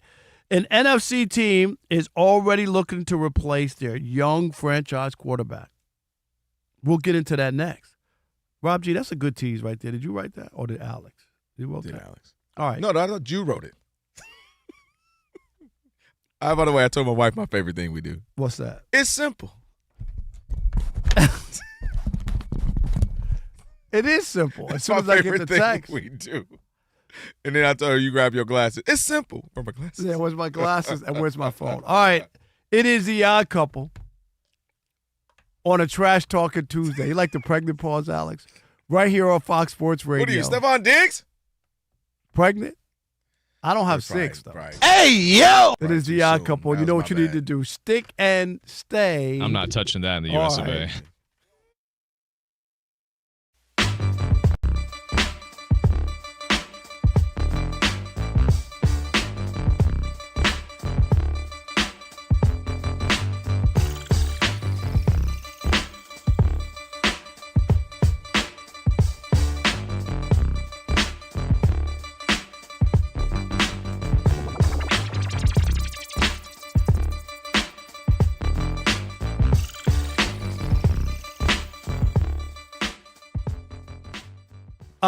The idea about Jared Goff. I've been telling you this for a while, and I don't care what the numbers are. I heard Colin Cowherd talk about Jared Goff doesn't get consideration despite his numbers with the line quarterback or whatever. And people, I get it. He puts up coming into the game. I think he had 32 touchdowns. Rob G, check me if I'm wrong. No, you're and right. Just 5 interceptions. You're correct. Right? But of course, here was yet another big game where he wet the bed. He did it last year after getting the number 1 seed in the NFC, taking on a rookie quarterback. He turned the ball over 4 times, right? 4 times. 3 interceptions and a fumble. Here he is. He has 5 of the Lions' 6 turnovers. We talk about the Lions did. They had more turnovers than a bakery yesterday against the 3rd-string quarterback who Rob G had the net yards, passing yards of -3. Is that what it was? 3 yards. Net passing yards of 3 yards, Kelvin. Mm-hmm. In a game just to keep their hopes alive, right? It didn't mean you made the playoffs. Right, but I mean, if it's going to happen, you got to win it. You got to at least win it against a nobody. The guy only had like 41 yards, am I right? Or was it 51 yards, Rob G, passing? 51 yards. But no, he has 5 turnovers. If you want to know why he became available to the Detroit Lions, it's because, and remember, the Lions got a lot of picks in it too. I get it, right? Mm-hmm. But the reason that the Rams, who went to the Super Bowl with Jared Goff, moved on is they couldn't believe this guy can't win a big game for them. That was what they believed.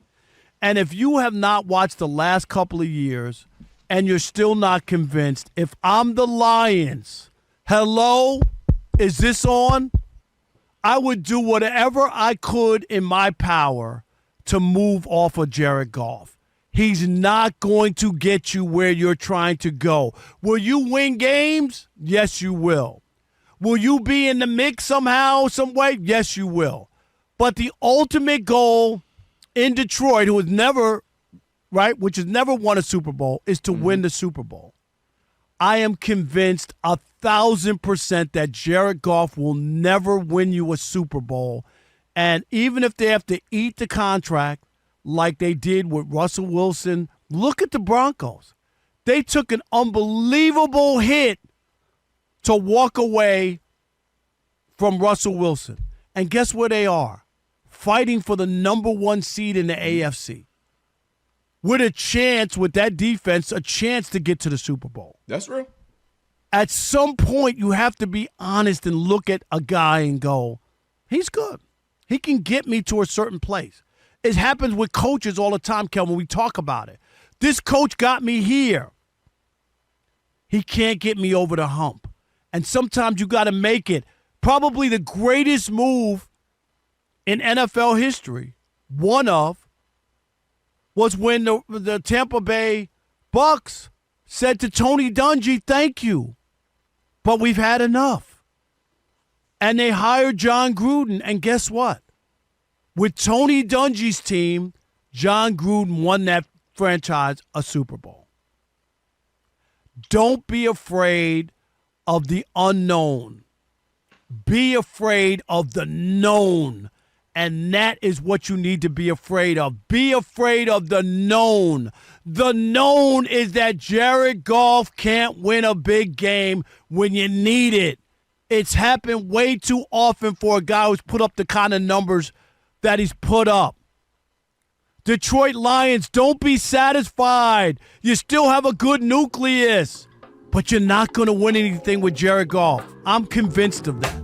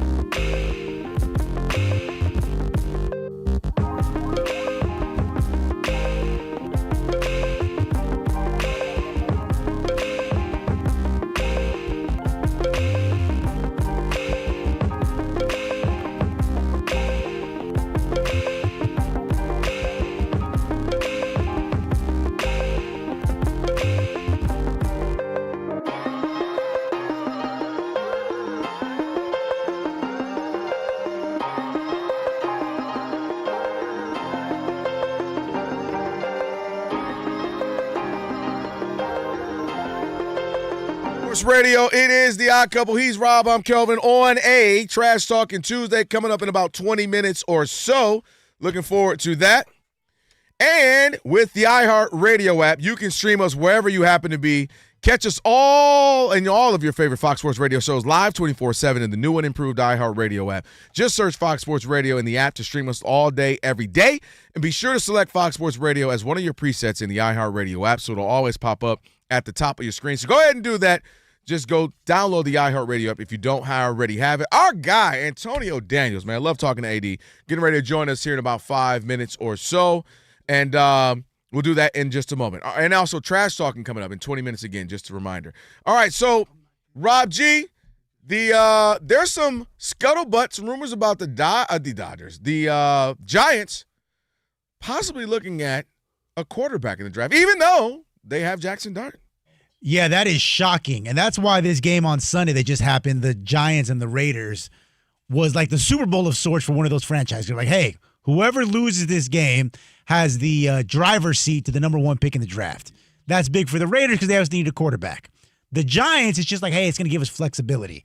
Not so fast, because according to NFL insider Ian Rappaport, even though they ended up winning that game, so right now they're currently picking second, the New York Giants will, quote, evaluate all options, including looking at Heisman Trophy winning quarterback Fernando Mendoza before they make a decision. Why is that surprising?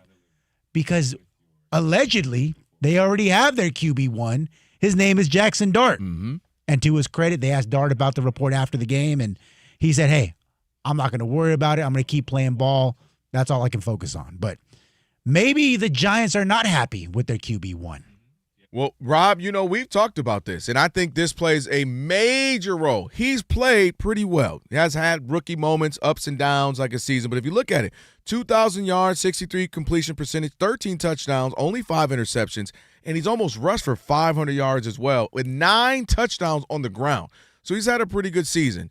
And obviously a lot of personality, and you'd kind of, if you're a fan of New York, you'd say, all right, when we get our running back and our neighbors, our receiver back, maybe we got something cooking. You can sell yourself on that. The issue is what we've talked about a million times. What did he say when they brought up, hey, man, maybe you want to kind of stop running into these tackles and putting head first and going crazy and getting concussions? He's already been in the tent 5 times, and he hasn't even played every game this season, more than other quarterbacks who played the entire season.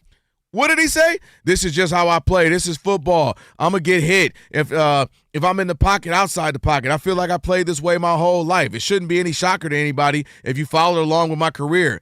We're not out here playing soccer. You're going to get hit. Things happen. It's just part of the game. I played like this my whole life. Turn on my high school tape, Rob Parker. Turn on my college tape, Kelvin Washington. It's not a shocker to anybody.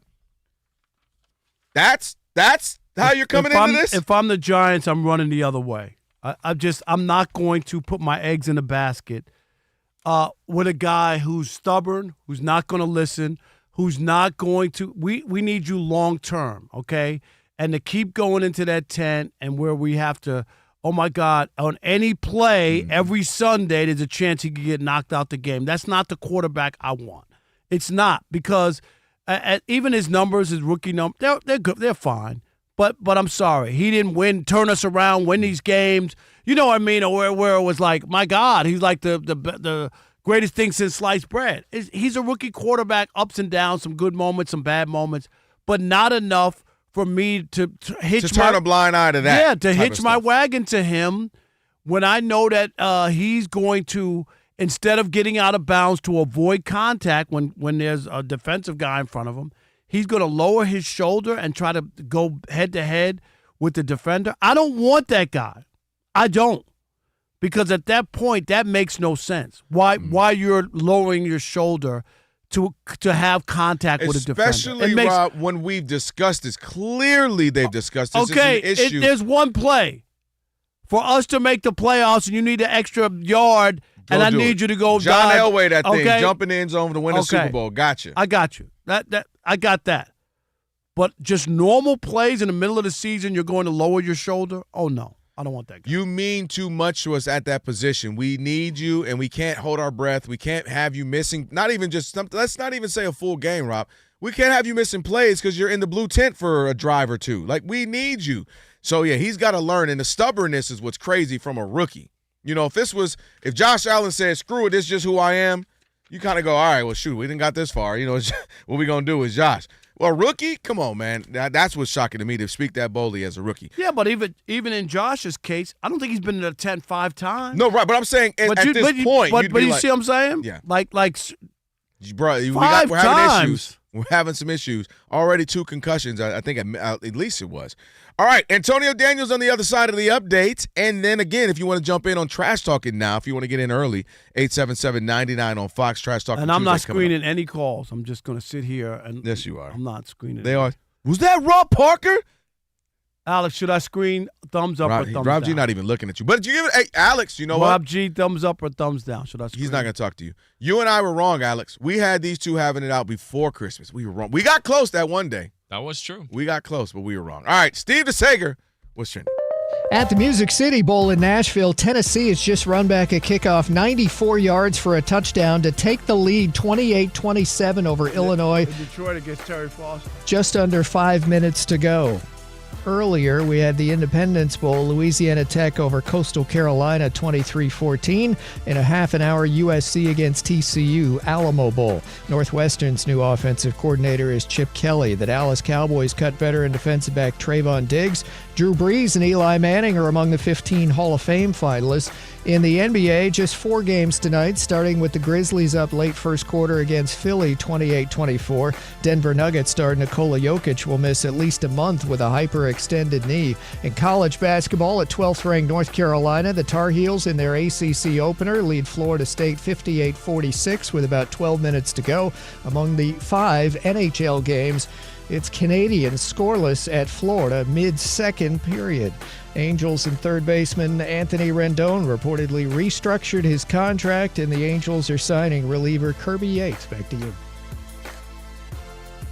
Thanks, Steve. It is the Odd Couple on a Trash Talking Tuesday, 877-99 on Fox. If you want to line up, 877-996-6369. That's right, and we are joined now by our guy. Always love talking to AD. All day, the man is hustling. Antonio Daniels, NBA champion, SiriusXM NBA radio, Pelicans TV analyst, Fox Sports Radio NBA analyst, business owner, was wrapping gifts for kids. I'm running out of stuff, AD. I can't think of any other slashes. What's up, bro? How are you? We're good, man. Happy New Year to you, brother. Happy New Year. Happy New Year, fellas. Happy New Year. No doubt. Shoot. The fans don't love the fans don't love LeBron. Is that where you're going? No, I already know where this conversation is going to go. How do you know? I'm guessing. Let me see if I'm right here. Okay. I'm gonna be quiet. I'm gonna let y'all ask. No, you tell us what you think it is. Go ahead. No, go ahead. Well, I was going to start with something we talked about earlier, and LeBron being 15th currently in voting. And kind of what that means. Does it say anything? I said, it happened to Jordan his last year with the Wizards. If it can happen to Jordan, it can happen to anybody. LeBron said, and Rob said, blank them fans, LeBron. That's right. I would give them the middle finger, and I wouldn't go. I wouldn't show up. I'd say, this is what you're going to do. The All-Star game is in L.A., I don't even know the guy from Portland who's ahead of LeBron in the voting. I don't even know who that is. Actually, come on, Rob. Let's be honest. Denny Avdia right now is probably the league's most improved player. If the most improved player was voted on today, Denny Avdia would probably win that award. Okay, here's my point though. This is LeBron James in an exhibition. The world against the United States, correct? It's an exhibition. It's not. It ain't. If it's just about stats, we wouldn't have fan voting, right? We wouldn't. It would be okay. Here's put the stats in. Here's your WAR number that they do in baseball, and people with the best WAR are going to make this team. That's not what we're doing here, and that's the part that I can't understand. That people really have turned on LeBron from this standpoint. Oh, no question. That's what it is. That's all I'm saying. Yes. And 100. See what I'm saying, Rob. I agree with everything you're saying 100%. But you could have said everything that you just said without discrediting the year that Denny Avdia is having. Okay, this is one of the reasons for me. I wasn't on board with the whole USA versus the world thing. Thank you. I'm with that. This is one of the reasons I wasn't on board with it. Because now you have guys that are making the All-Star game, and you have guys that should make the All-Star game that aren't going to make it. But I will say this, though, Rob. Honestly, let's keep it a buck here. Okay. Is LeBron an all-star so far? No. No, he's not. Okay. Right. So I mean, I understand exactly what you're saying. Because realistically speaking, the All-Star game is a popularity That's contest. all it is.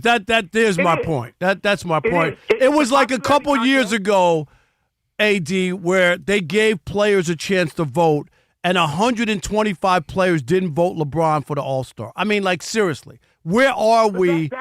That's different. Like, that's personal. Right. That's what. For sure. But I'm just saying, it's an exhibition. That's what it is. Agreed. I'm surprised. I'm with you. And it being in L.A., like, that's the other part. It's in L.A. It ain't in Denver. I'm with you. Okay, I will tell you this.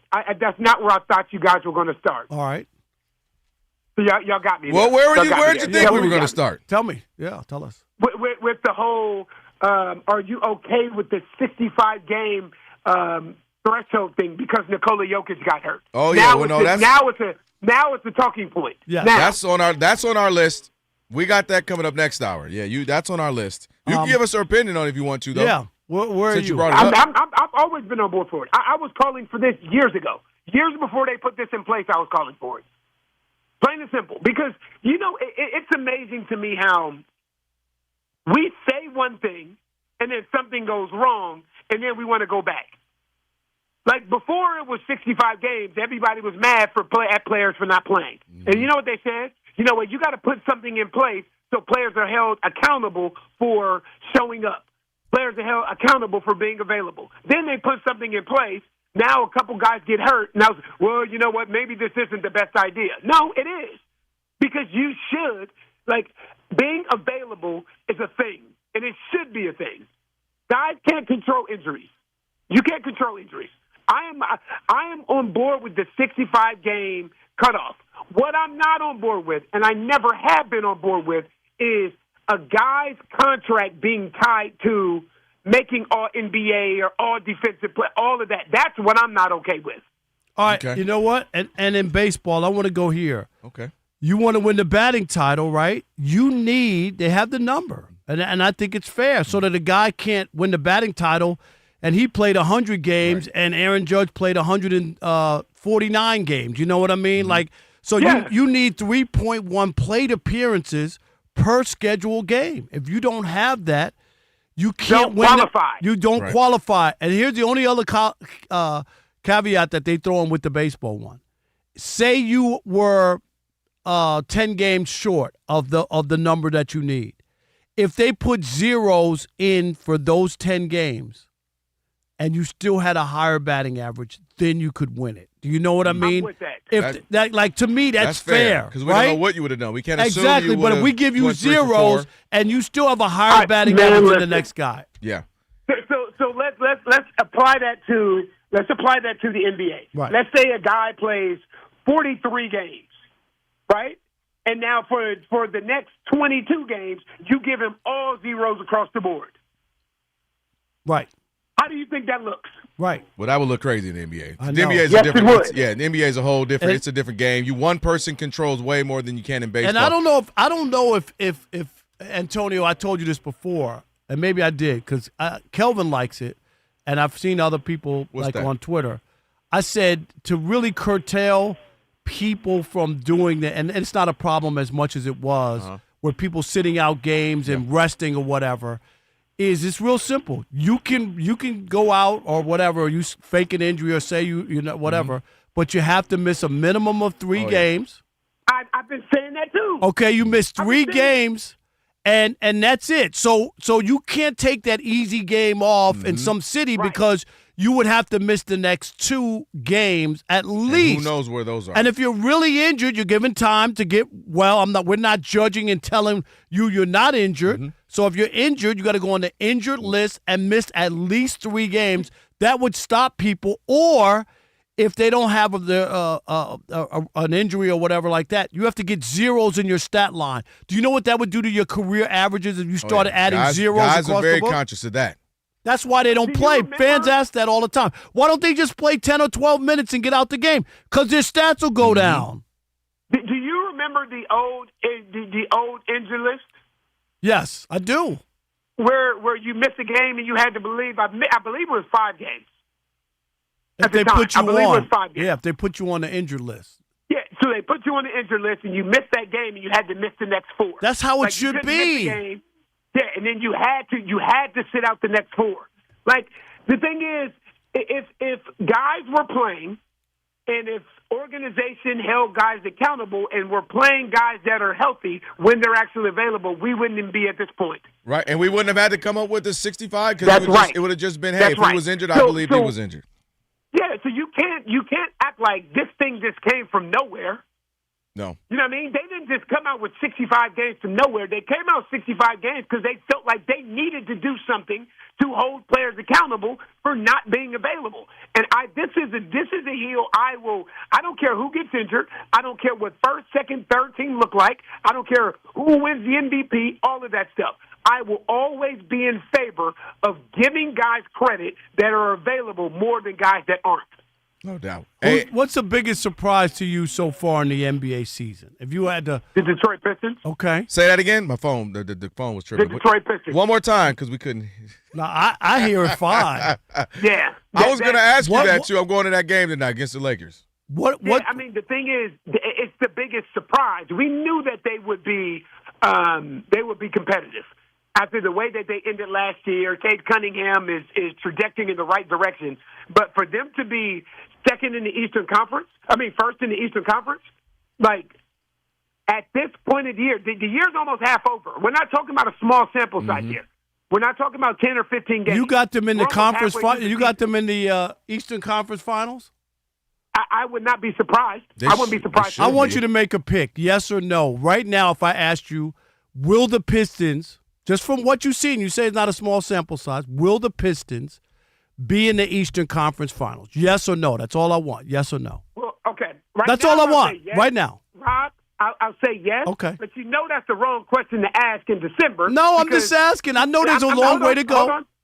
I'm going to tell you why. Number one, because it's a long way to go. And number two, because it's a lot of trade that's going to happen prior to the trade deadline. So it's a lot of movement that's still going to happen. Okay. No All right. doubt. I just want to hear But where yes, you are on that. Okay. I would be okay. I would be okay picking the Detroit Pistons to go to the Eastern Conference Finals by what I've seen so far. Knicks Pistons would be great. That would be I great. want you to know that before the football season started. He did not ask you this. Oh, I just want to tell him that. Rob G let him go already. He's Antonio, I said that the Lions would not make the playoffs, Rob G. and the Chiefs would not make the playoffs. I ain't wishing a Merry Christmas. And I'm going to sit here right now, and I'll bet Kelvin another pair of Jordans that the Pistons will not, NOT, be in the Eastern Conference. We will Finals. talk the day but that's- after trade. Man, Rob, that's not the same. That's not the same. Like saying they won't be in the Eastern Conference Finals, that's not saying much. That's because not- if they make it Why? to the second round, it's still a successful season. I didn't say that the season wouldn't be successful. I'm talking about would they take a leap from not winning a playoff series in 15 years to go into the Eastern Conference Finals? No. Okay, let me ask you That's this, what Rob. I'm saying, Rob, Antonio. Rob, when was the last time they won? Rob, would the Pistons be in will they make the second round? They could make the second round depending on the matchup. No. Rob, I'm going to do what you did to me. Yeah, there you go. There you go, AD. All right, we're late. There We're you late go. now. Now we late. We're late. Now we late. We're late. Boy, hey, AD, don't worry about it. I got him, thank AD. you, my man. We appreciate you. That's going to be the thing. Here you go, Rob. You done mediated me. Yep. Okay. Hey, Happy New Year. Happy New Year, AD. Happy New Year, fellas. No doubt. The best, man. We love it. All right. On the way, Trash Talking Tuesday. I'll take that We're bet. way They'll get late. to the Let's second go. round. 877-99 on Fox. You the one out here wanting to bring it up. I'm sorry. Telling about football. Fox Sports Radio. We decided to do a bracket challenge for college football playoffs. Yes, Gary, I know. That's me? right. Now that there are 8 teams left standing, it's bracket challenge time. Compete against our Fox Sports Radio hosts or against fellow listeners to see who, and I emphasize, has the best college football playoff bracket. Play the chance to win $1,000, Gary. Oh, God. How much? Visit foxsportsradio.iheart.com FoxSportsRadio.com to register, get the rules, and to fill out your bracket. Entries will be open until before kickoff at 7:30 Eastern on New Year's Eve. Again, Kerry, I know it's a lot. Fill out your bracket at FoxSportsRadio.com. .iHeart.com for your chance to win $1,000. Oh, thanks, Rob. All right, Rob. How much was it, Rob? How much money? $1,000.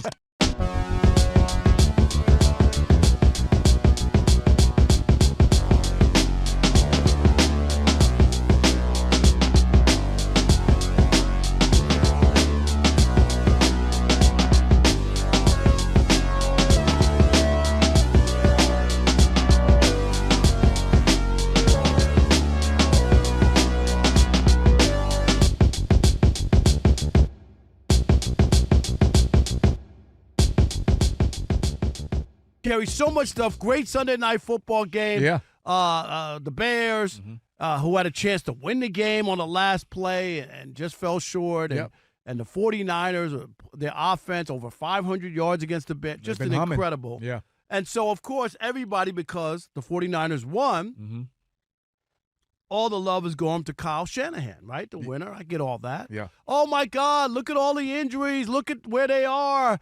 They have a chance to stay home and have the whole run to the Super Bowl. And then the Super Bowl, of course, is at home, is in San Francisco. That's so right. they really have a chance to get there and maybe win a Super Bowl finally.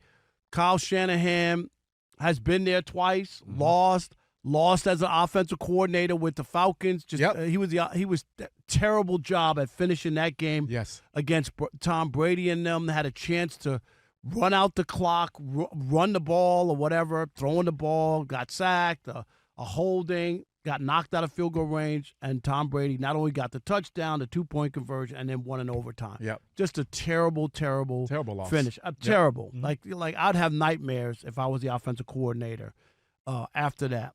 But I'm not going to have no love for Kyle Shanahan. Zero. And what I mean by that is he's got to finish the job and win the Super Bowl. We've seen this movie, winning a lot of games in the regular season, players in and out. This is not like new. Oh, my God, how do you do it? Because we've seen this before. Yeah. Doesn't matter who's the quarterback, right? It seems like his offense will be able to survive no matter who's out there. Yep. And so they've been to 2 Super Bowls. The time has come. So I think the only thing that's left for Kyle Shanahan is can he run a team, finish strong, and Rob G, he had some terrible numbers late in fourth quarters. Rob G, just throw these out to Kerry real quick. Kyle Shanahan, these are horrific numbers. Oh, it's tough if you're a Niners fan. Turn your volume down because this is going to get real dark real quickly. Guys, there have been 7 teams that have given up a 10-plus point lead in the Super Bowl. Kyle Shanahan's teams have lost 3 of those games, either as the head coach or as the OC. Of course, 28-3, the largest blown lead in Super Bowl history. He was 28-3! He's blown 2 separate 10-point leads as the head coach of the Niners. Those would be the second highest blown leads in Super Bowl history. Guys, between the 3 Super Bowls that Kyle Shanahan has been a part of, 2 as the head coach, one as the OC. Yeah. His teams have been outscored a combined 58-12 in the fourth quarter and overtime. Kerry, did you hear that? I did. 58-12 in winning time, 58-12. And that's why I refuse to give him a parade. I refuse to throw confetti in his hair. I'm not doing any of that about, oh, look at what Kyle Shanahan, he's a genius. Nope. Go win a Super Bowl. Go finish it. Am I being wrong? Am I being too tough? No, you're being fair. I'm going to give him credit for this year. And I say that just from the standpoint of we know what that team looks like at full tilt. They're not full tilt. They haven't been full tilt all year. And for him to be able to have this team right here isn't the most talented team. This team isn't the team that I thought even coming into the year would be in the position to be number 1 in the NFC. So I'm going to give Shanahan credit for what he has achieved. But you're right, Rob. He has to win the big one. And if he doesn't, he'll just be remembered as a good coach, a coach that won games. Who couldn't finish the job. And could not finish the job. You know who he would be if he does not get this job done? He reminds me of Andy Reid before he got it done. When he was in Philadelphia. When he was in Philadelphia, right? They went to 4 NFC championships. Exactly, and could not get the job Got done. to the Super Bowl. Andy Reid didn't leave Philadelphia because he did a great job. People don't even understand. I say it all the time. He didn't leave because they were like, oh, yeah, okay, you're great. Go ahead. No. Tony Dungy didn't leave Tampa Bay because he got the job done. They could not get over the hump. Yeah, no, this team, with Mike Shanahan, he has to win the Super Bowl, though. With Kyle Shanahan, he has to win a Super Bowl, though, man. It's time. And this is the thing, Rob. If he does it this year, in my opinion, it'll be one of the best coaching jobs I've seen.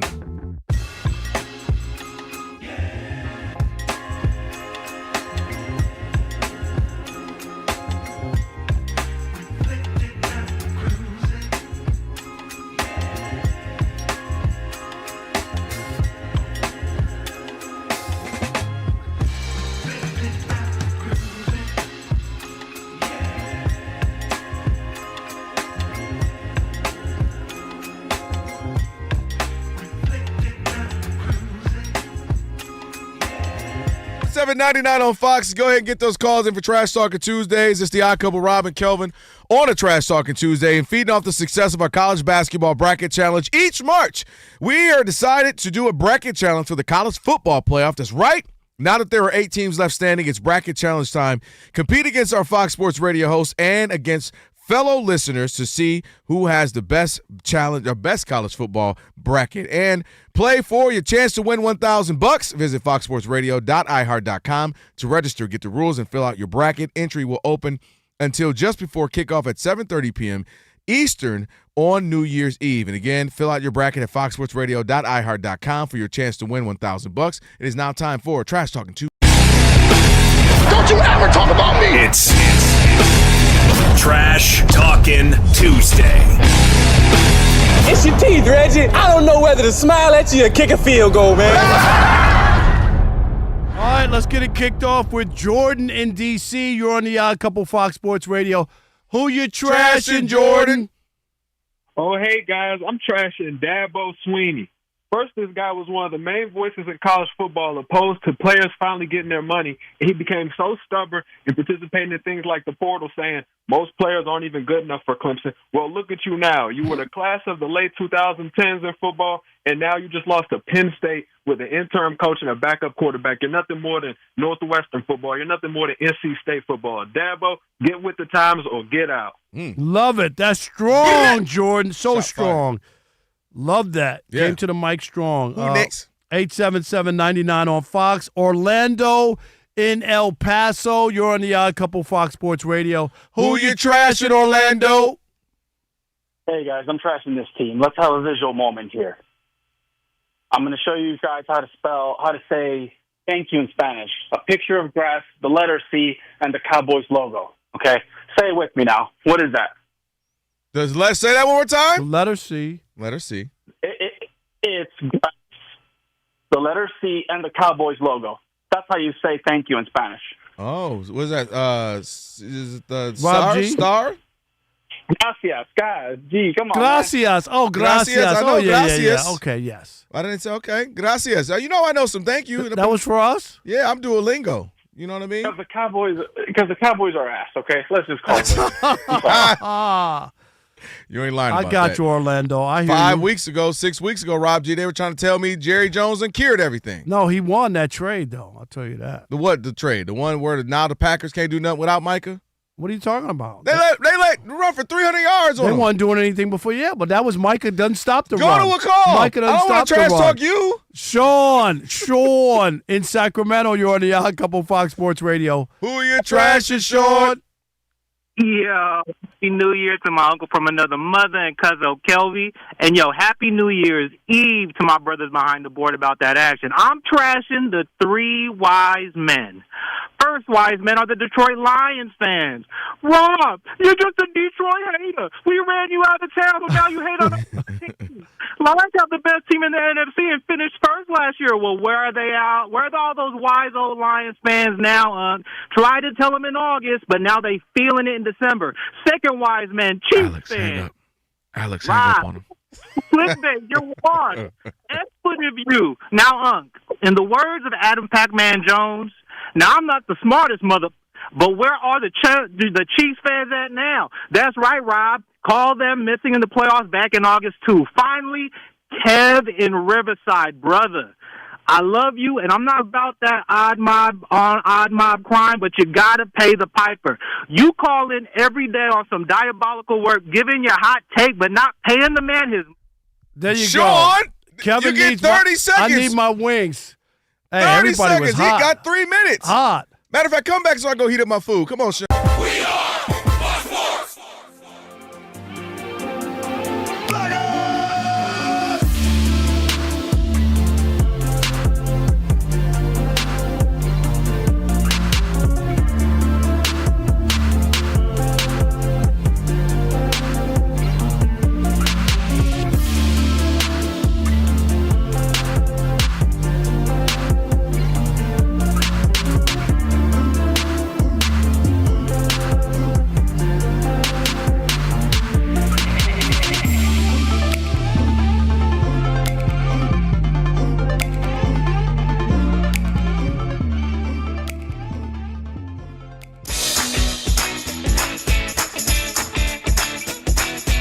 It's the Odd Couple. You know what time it is. It's your boys. Let's get it. The Odd Couple is fun. Check. And informative. Check. What's up, America? You want to talk sports with 1.5 of the best-looking guys in the game? That game was incredible. You are wrong. You'll be king of the water cooler. What's it like working with Rob? Rob in his mind is like Chris Rock mixed with Richard Pryor, so I'm running out of fake laughs. Ha ha, Rob. Rob is very passionate. Son, you ain't ready for this. Well, I don't have BS in my game. I'm straightforward. I'm honest. You say Brady's the greatest quarterback of all time, but Eli Manning beat him twice. And, of course, it doesn't hurt that I'm right most of the time. Kelvin is the nice guy, wants to make everybody feel warm and fuzzy. You done? Let me tell you the truth. I bring the energy, a youthful energy. Rob's not gonna see this, is he? And I bring an honest opinion. Michael Jordan, I can't take it anymore. I need a break. I'm gonna go play baseball. Trash Talking Tuesday is the best. It's a great opportunity for folks to call in and they get to trash whomever. Who you trashing, Roger? I'm trashing LeBron James and Michael Jordan. Oh, okay. They can't even hold Wilt Chamberlain's shoes. Stop talking about the king like that. It's a new era. Let LeBron be the best, please. I only recognize one king in the United States, and that's Burger King.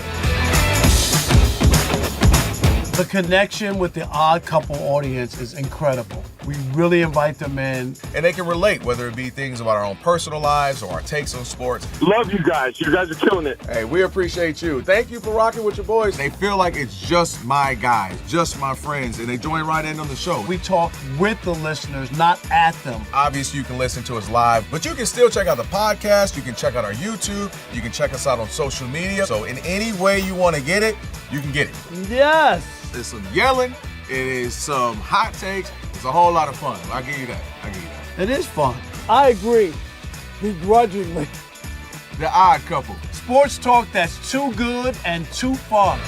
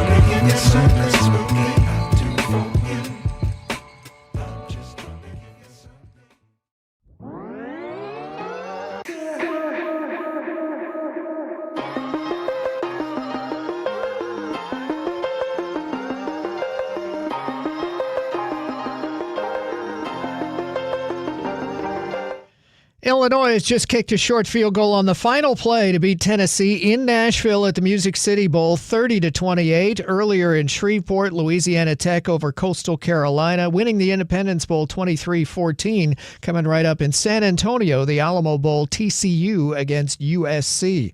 Miami will play number 2 Ohio State on New Year's Eve at the Cotton Bowl quarterfinal. Northwestern's new offensive coordinator is Chip Kelly. The Dallas Cowboys cut veteran defensive back Trayvon Diggs. Just 4 NBA games tonight. Late second quarter at Memphis. Grizzlies lead Philadelphia 66-61. About to start Boston at Utah. Denver Nuggets star Nikola Jokic will miss at least a month with a hyperextended knee. In college basketball, about 2 minutes to go at 12th-ranked North Carolina. The Heels lead their ACC opener against Florida State 71-61. I'm Steve DeSager. I've been covering this league since 1987.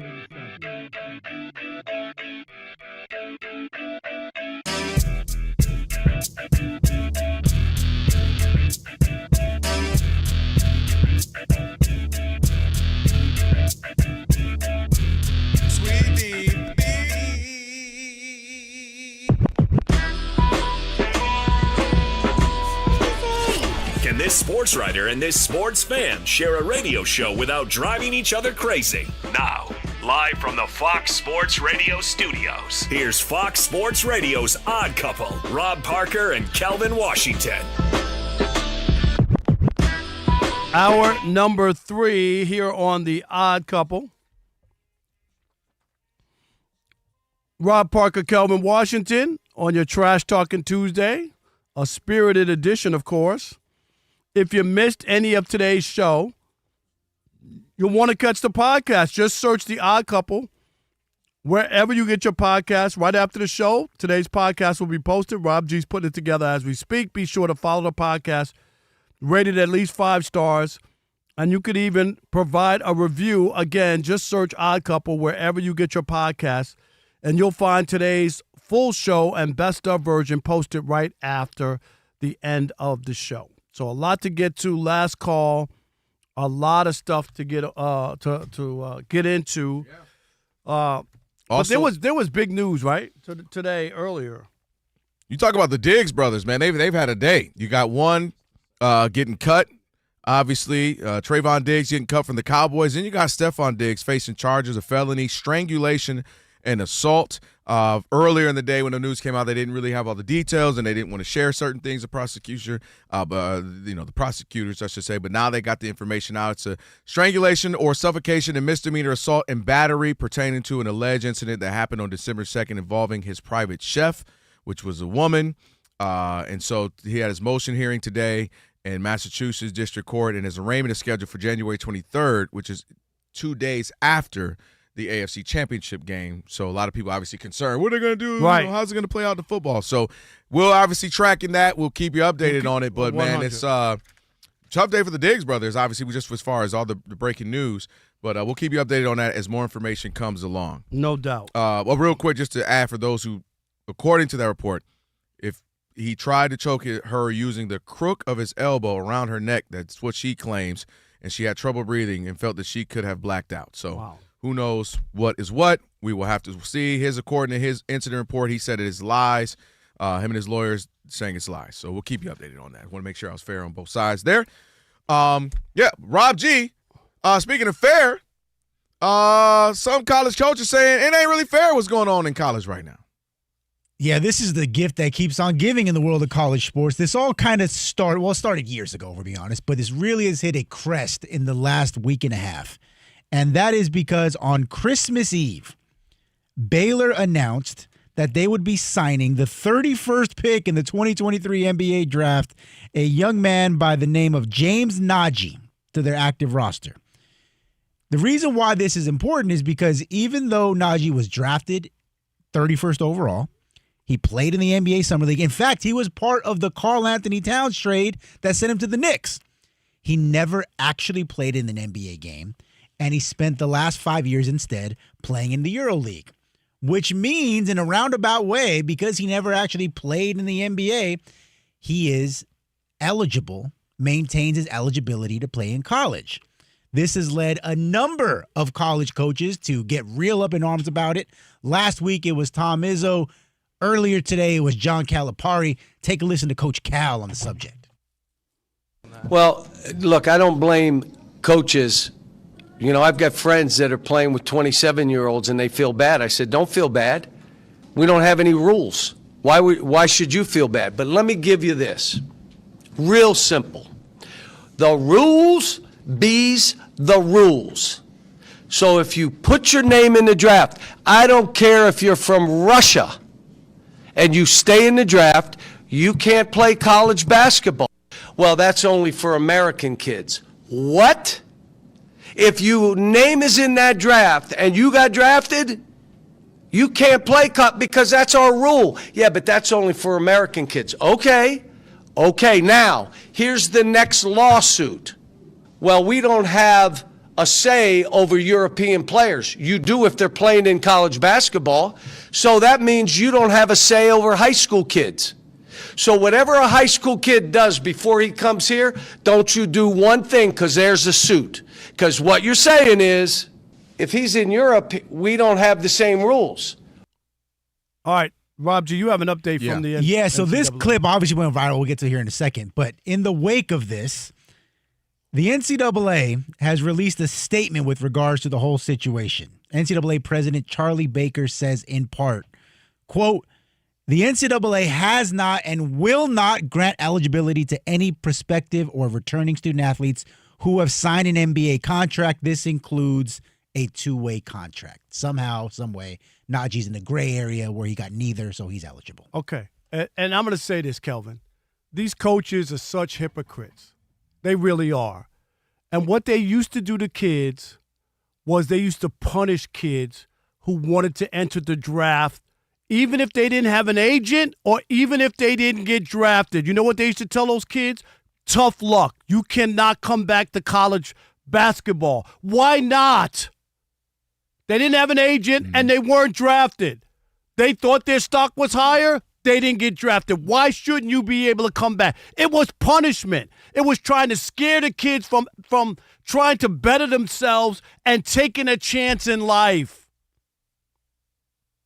And now the whole idea is to punish. This kid hasn't played. You could play around the NBA. When you go look in the NBA stats and ask a guy, does he get an NBA pension? Does he get an NBA pension? I would assume not. No, he didn't play. He hasn't played in the NBA. There's a lot of guys who played in summer league and they wore a uniform. They didn't play in the league. I hate to break it to you. I don't remember these guys, Tom Izzo and all these other people, coaches doing all the stuff that they do, all the money that they've made. I don't remember John Calipari being so worked up that Rick Pitino school had prostitutes in the dorm and all that other stuff and all the other penalties and punishment for those. I don't remember those press conferences. I don't remember them coming out and saying this is awful. The reason that college basketball is where they are is because of greed. They never wanted to share with the players. They used to penalize players. Who penalizes a kid who wants to go back to college? He wasn't drafted. Oh no. How dare you put yourself in the draft, right? How dare you? You're not coming back here. What? That's education? That we're denying kids a chance to come back to college? I'm sorry. That's why I understand this. And the NCAA, they would have a problem, especially with NIL and money now that they give people to deny this kid a chance to play. They would lose because he hadn't signed an NBA contract. And that's what the rules say, that this is not before where if you just – he's talking about old rules. Mm-hmm. Those were the old rules. So I don't have an issue with it, the NCAA. I think if they finally got it right and they understand where they are, this is not amateur sports anymore. Anybody who thinks so, you're kidding yourself. Which is why we were talking here. I wrote down NCAA's days are numbered. Their days are numbered. They're already. You talk about the phrase on the clock. They're big time on the clock because A broke clock is right twice a day. And John Calipari, while I disagree with some things over his tenure that he said or done, this time I think some of what he was saying was right. So first of all, Rob G, what's the kid's name again that's kind of in the midst of all of this? James Najee. Najee. You can't come back, Rob. I totally disagree. It's one thing, the first point you made, I get, put my name in the draft, just want to see where I am, just see what's, okay, cool, I'm straight, I'm staying. You never really left. You leave, you've been gone 5 years, you go play pro overseas, you get in a G League, part of a trade in the NBA, you are gone officially. You cannot come back to college. I watched March Madness last year, and I saw more dudes on those courts that I'm looking like, did I go to high school with him? And I'm 20-something years older than most of those players. That's how old some of these kids look. That part of it's gone too far. He brought up a great point as well. If you're kind of saying, well, that's over there, that's overseas, then you got to keep your hands out of high school. You know how many kids could not go to college because Under Armour and Nike sent them a bunch of clothes and stuff to wear? I can be a billboard for you, Rob, but what I can't do is have 500 pairs of shoes that you've sent me over a couple years. You know what I can't do? I can't sell one measly pair because now I'm ineligible. Like, that's crazy. The NCAA, rule here, no rule there. Transfer here, but don't transfer there. Go overseas and play, but wait, you can come back. Don't go, but get an agent, you can't come back. The NCAA does not know what they're doing, and it is causing chaos, and it is hurting the game. And you and I were talking just off the air a little bit. Dude, I remember watching games, and you knew the teams. They were replaying because of they were replaying Duke recently, the Christian Everybody Hates Christian Laettner doc. And you saw him and Bobby Hurley and Grant Hill all these years. And you knew it, you loved it, you saw them lose to UNLV, they came back, they bounced back, and it's losing that luster. So I'm happy, do what you want, get paid to the players. I'm not knocking that portion of it. But the NCAA, by overcompensating, has created this concept. By never paying players. It's not overcompensating. It states you can't sign a contract. He didn't sign a contract. To make sure I'm correct. He didn't sign a contract. Did you tell me that man was part of a trade for Karl Anthony Towns? His draft rights, his rights to him. His draft rights. He's not what known. I'm saying is, and I'm not. Rob, what I'm just said saying draft is, rights. once you get part of draft rights, no. Once you're part of the G League and summer leagues, what are we doing here? Look up his name on all-time NBA players in the NBA. I hear what you're saying. I'm asking you if you looked it up. I'm disagreeing. He's not listed because he didn't play in the league. He didn't play 1 minute in the NBA. If you go to the G League, if you're part of trades rights and we have rights on other, and you go play overseas in the pro ranks, you can't come back. You can come back and get an education. Because college is for anybody. We got 70-year-olds going back. You don't got to play on my team. Rob G, come on back. How old was Chris Weinke when he won the Heisman 26. Trophy? No, 28. Was he 28? He was 28 years old playing college football. Stop it. 28. You on my point. I just said we've said too many old people. No, in these but sports. My point is that it doesn't matter. Chris Weinke didn't go play. It doesn't matter. But this kid did not. That's what I'm saying. This kid did not play in the NBA. He played. He still has his eligibility. In the summer league. It doesn't matter. The NBA, that's their league. College players play with pro players all the time in the summer. Yeah, UCLA come hoop with us. No, but that's the same summer thing. Leagues. I don't mind it's that. It's the same exact thing because none of the stats count. None of it counts. None of it counts. You are on the NBA. No, you are not. You are not. The NBA is the summer league is theirs. Are you in the NBA when you play in the summer league? I'm asking you. I'm really saying that. That's my answer. No, Kelvin. Come on, man. You're smart. Dude, if I have my own thing, my players we've invited to come to this thing who are Energy League, who have draft rights he has the NBA. He has the NBA pension. Rights too. He has the NBA. He's in the NBA pension. Why not? You said he's in the league. He's in the league. He's not in the league. He has become. He's no longer an amateur. He's no longer college. He's not in the league. That's easy to me. That's an easy fix. No, it says if you sign a contract, you can't play. He didn't sign one. And I also agree. It's real simple. And I think also the agree NCAA's right with the transfer. We didn't really play that much on the clip. He talked about you get one free transfer. No, you don't. No. Why? And then as coaches, as long as it's the same thing with coaches, meaning you can't sign a 4 or 5 year deal and then leave a year or two in. G, I'm all right with that. I got a question for you. I'm not even going to ask you. I want to ask Rob G. Do the players transfer themselves to other teams or do coaches accept them? Right? The coaches accept them. After I put my name in the portal. No.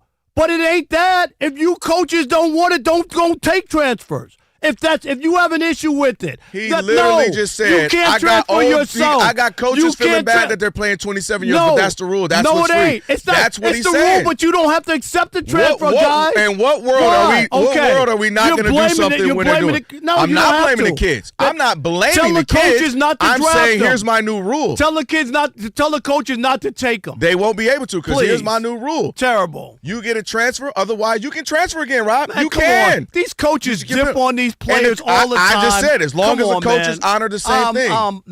Yeah, good luck. Good luck. Then it stays the same. These kids have a right. The coach leaves, or they bring in. They lie to him. They say, "Oh yeah, come on, you're gonna be our quarterback," and then he got bring in 2 other 5-star, and I'm not gonna play. I'm gonna stick around. Ain't no way. I'm gonna stick around for you what? Telling me a dude I'm gonna stick around. Draft rights, played in the summer league, played overseas for 5 years, and then gets to come back to college. That's crazy. That's crazy. Absolutely crazy. No, it ain't. 877-99 So on can a Fox. college player who never can he go back to high school? Well, they never played me. I never stepped foot on the college court. Can I go back to high school? Could you stop? Come on. 877-99 on Fox. It is the Odd Couple, and we want to know, do you agree with Coach Calipari, one of the worst coaches of all time, or let me add extra sauce. Is he being It was a group text. That wasn't on the text. We'll continue this conversation next with you. 877-99 on Fox. It is the Odd Couple on the Trash Talker Tuesday. Rob Parker, Kelvin Washington, right here on Fox Sports Radio. Stick and stay. Especially if you're looking for something to take out on the ocean in the US of A. What was it called, Rob? That's right. Thank you.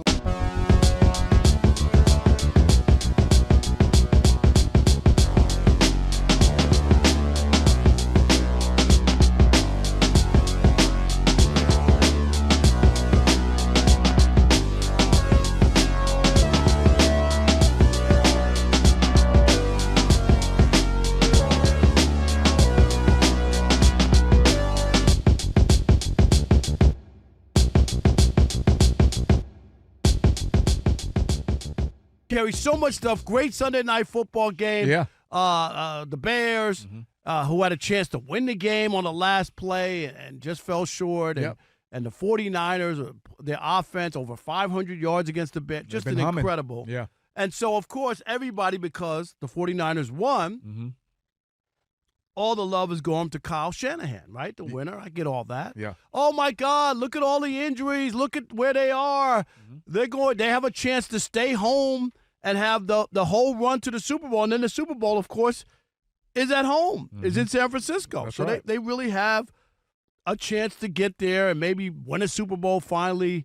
Kyle Shanahan has been there twice, lost as an offensive coordinator with the Falcons. He was terrible job at finishing that game against Tom Brady and them. They had a chance to run out the clock, run the ball or whatever, throwing the ball, got sacked, a holding, got knocked out of field goal range, and Tom Brady not only got the touchdown, the 2-point conversion, and then won in overtime. Yep. Just a terrible loss. finish. Terrible. Like I'd have nightmares if I was the offensive coordinator after that. But I'm not going to have no love for Kyle Shanahan. Zero. And what I mean by that is he's got to finish the job and win the Super Bowl. We've seen this movie, winning a lot of games in the regular season, players in and out. This is not like new. Oh, my God, how do you do it? Because we've seen this before. Yeah. Doesn't matter who's the quarterback, right?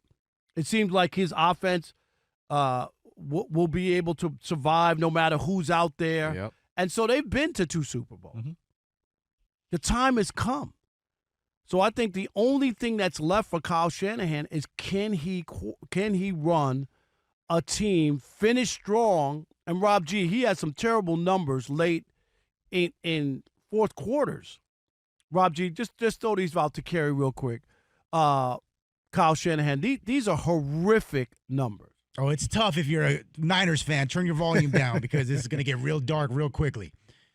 Guys, there have been 7 teams that have given up a 10-plus point lead in the Super Bowl. Kyle Shanahan's teams have lost 3 of those games, either as the head coach or as the OC. Of course, 28-3, the largest blown lead in Super Bowl history. 28-3! He's blown 2 separate 10-point leads as the head coach of the Niners. Those would be the second highest blown leads in Super Bowl history. Guys, between the 3 Super Bowls that Kyle Shanahan has been a part of, 2 as the head coach, one as the OC. Yeah. His teams have been outscored a combined 58-12 in the fourth quarter and overtime. Kerry, did you hear that? I did. 58-12 in winning time, 58-12. And that's why I refuse to give him a parade. I refuse to throw confetti in his hair. I'm not doing any of that about, oh, look at what Kyle Shanahan, he's a genius. Nope. Go win a Super Bowl. Go finish it. Am I being wrong? Am I being too tough? No, you're being fair. I'm going to give him credit for this year. And I say that just from the standpoint of we know what that team looks like at full tilt. They're not full tilt. They haven't been full tilt all year. And for him to be able to have this team right here isn't the most talented team. This team isn't the team that I thought even coming into the year would be in the position to be number 1 in the NFC. So I'm going to give Shanahan credit for what he has achieved. But you're right, Rob. He has to win the big one. And if he doesn't, he'll just be remembered as a good coach, a coach that won games. Who couldn't finish the job. And could not finish the job. You know who he would be if he does not get this job done?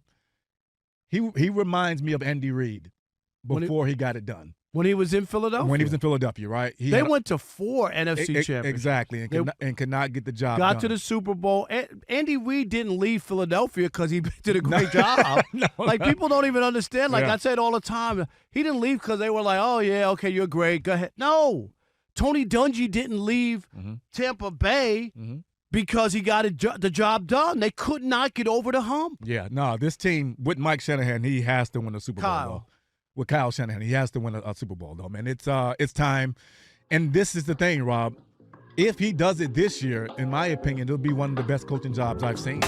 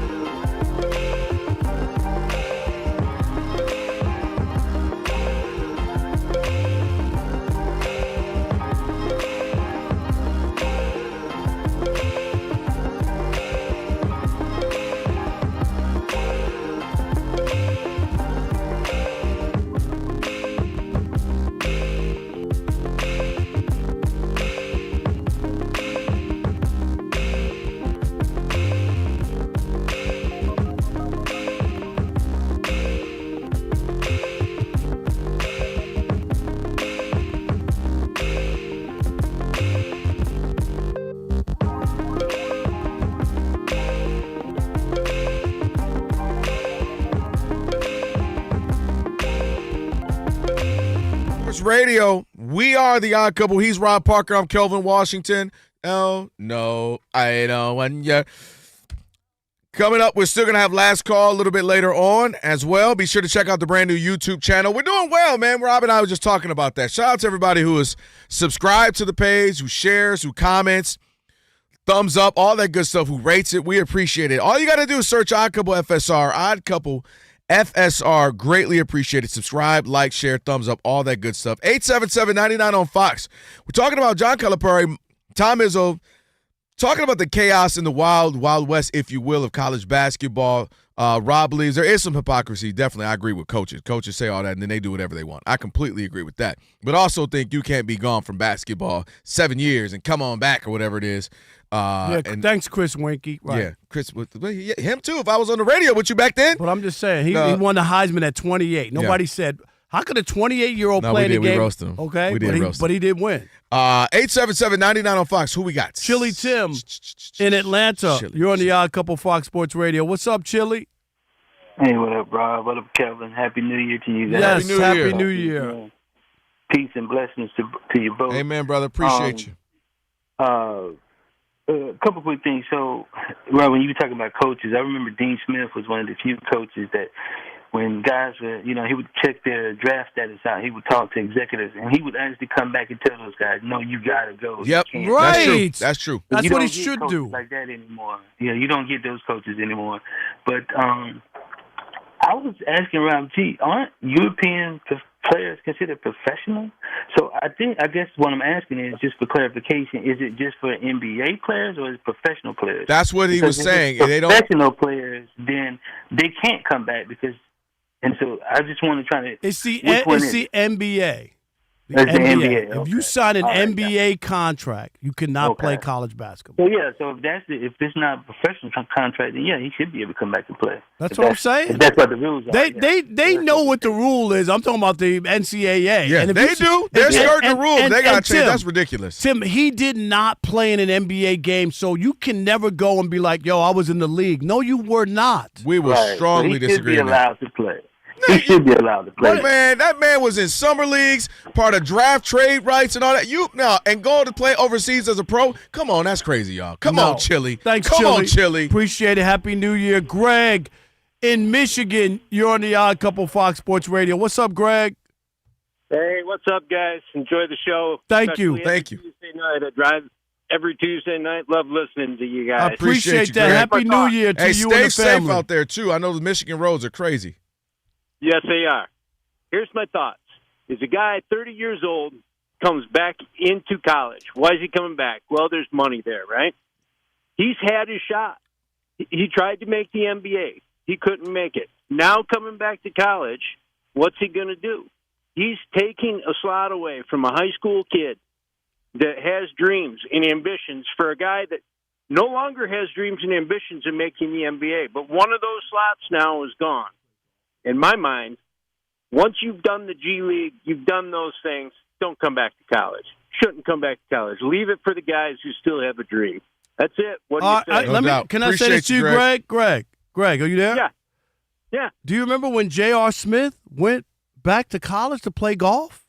Do you remember that? Mm-hmm. An NBA player went to play golf. You know why? Because he had golf eligibility. He didn't play golf in college. Hello? Is this on? Right, but we're talking about the same sport. No, but I'm trying to tell you. Switching sports. No. He was. We were talking about. He never went to college. He went straight from high school. He was a professional, and the point is, he was able to go and play in college. Okay, because he never played golf professionally. Period. No. Yes. He switched complete sports. We It over here doesn't talking matter. He's a basketball. grown man. We're talking apples He and was a apples. grown- No, we basketball not. and basketball. No, we not. It doesn't matter. See, just because I tell you it's Tiger Woods' doesn't birthday, matter. now you want to bring golf back up in it. MJ I'm done with in you. New Orleans. You're on the Odd Couple Fox Sports Radio. What's up, MJ? What's going on, man? Peace to the smothered cabbage and black-eyed peas, brother, man. Happy New Year's Eve, man. With some smothered chicken, too. We good. Wait a minute. It's New Year's Eve tomorrow, ain't it? Hey, man, you're coming up on that. I can't say Happy New Year's. That's 2 days off. Okay, I got you. We appreciate that. Blessings, man. Yes, I got to thank go you. with Professor Rob on this one, man. The player is back, and the rules are on his side. Therefore, the standard is the standard. Calipari, man, I wish John Channing was still alive to address this, man. I'm so tired of They'll these be scrapping. sanctimonious coaches, man. Hey, man, they choke him out. Like he threatened him in that press conference. Exactly. He should choke him out. John Calipari and Tom Izzo, MJ, and and Dick Vitale dropped a tweet today. They don't, but when the coaches do, you don't see them say anything. I don't disagree with that. At that point, I don't disagree or condemn any of those guys. Like, I don't even understand. I can't take them seriously because I don't know the quotes. Yeah, because when it comes to the coaches, they got nothing to say, and all they do is dump on the players. No, that part and I they've agree made millions of dollars off these kids' backs. That they continuously do. That's why I said it should be the same rule for them. All right, you leave once, you got to honor your contract the next 2, 3, whatever. Yeah, it should be. But, hey, if this was Butch McRae like on Blue Chips and they had a chance to get that guy, they wouldn't be speaking in this particular way. Blue Chips. Hey, man, can't take them seriously, man. Come on, man. Yeah. Y'all have a great one, man. Y'all close out 2025 great, man. Y'all going to ring in 2026 back on top, man. Hey, your word to God's ear, mouth to God's ears. Appreciate you. Yep. What'd you say, Rob G? Got something? He's got some questions for you guys. Okay. Specifically relates to John Calipari because he's the one we're talking about today. What's worse, having a semi-professional player come back to play in college or having your star big man have his wins vacated because he expected about $30,000 in permissible gifts? Thank you. That's John Calipari who's trying to be righteous. Or is it worse to have your star point guard who went number 1 overall in the draft have fraudulent SAT scores to get into college and have that Final Four? But he's worried about a kid who did not play in the NBA coming back. This is my issue and why I say he's a hypocrite. Because he's not worried about those things. Everywhere he's been, they've taken down banners and dishonored everything that he's put together. Only coach in college basketball history to have 2 different Final Four appearances vacated.